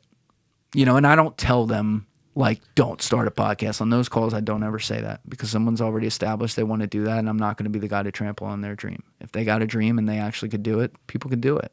You're living proof of it. I'd like to think I'm living proof of it, right? I'm getting there at least. But, you know, a lot of people, they just want it. They want their video to go viral right away. They want everything to happen, and I'm like, it doesn't fucking happen like that, dude. You got to be in there. You got to be obsessed, to borrow your boy Zach Pogrom, who's a great guy, his whole thing with obsession. I actually read his stuff. It's good. That is not that's the type of thing, like, I wonder if I hadn't met him, if I would have given it a shot. But, like, he lives what he writes through and through and has for, I guess, like 8 years now since he started that first business, right? This dude, if you haven't followed, it's at Zach Pogrom on IG now. It used to be Follow Obsession, right? Behavior hack. But now his tag is Follow Obsession. But he's on Instagram, he's on Twitter, and he writes all about obsession and like being obsessed with your craft, which he is. And he's a great writer too. But, you know, you have to be like that. There's no, you know, there are people who can get by on just raw talent and they can be good. They'll never be great. Never be great. What do you think separates a good podcaster from a great podcaster? Curiosity. You're curious. When I listen to your podcast, even when I can tell it's a guest where you feel out of your wavelength just based on like what they do and you're like, I don't really know how this works. You are genuinely fucking curious about it. You're not, and you're a guy, you go at it a very different way than I do. You have notes, you prepare all this shit. That's great. That's how you do it. You have a way of making it flow. That's rare. A lot of people who have prepared shit, they don't make it flow because they're just writing down questions. They didn't really prepare. You actually get into people. When I heard your Andy Frisella one, which was amazing, and everyone should go listen to that. But the only thing that was wrong with that is it was like an hour, 15 minutes. You should have gotten 3 hours of his time, for sure. You should go back and do another podcast and make sure you get 3. He'll give it to you now, for sure. But like, amazing podcast. Lot of tidbits, things to agree with, things to disagree with. The guy's an inspiring dude, for sure. But like, I heard one part where you tied in a kid you had talked to on your podcast who had listened to Andy Frisella and had his life changed by it, and now he's got this enormous $10 million business in the UK. He's like 20, whatever he was, 25, 28, whatever it was. Something crazy. And like, you could feel Andy Frisella like, holy shit, I have no idea who that person is. That's fucking awesome, man. And like, you tied that in so seamlessly to what he was saying. And not only did he feel heard, he felt seen. Because before you ever walked in here, you saw what it was exactly about, that he sees it, what it's about. Which is, I'm going to go after setting a simple thing, 75 days of setting discipline for myself, which is going to help my life, and other people are going to do the same type of system because the human brain is hackable in that way. And they're going to then go realize whatever it is the fuck they want to do. I have no idea what that is, but like, if they're good at something, they're going to use this as a baseline to do it. And you were able to say, I've had a dude on my podcast who you've never met, who doesn't know I'm here right now. Maybe you had told him right before, was probably fanboying out about it. And you are responsible for him having this great life and being happy now.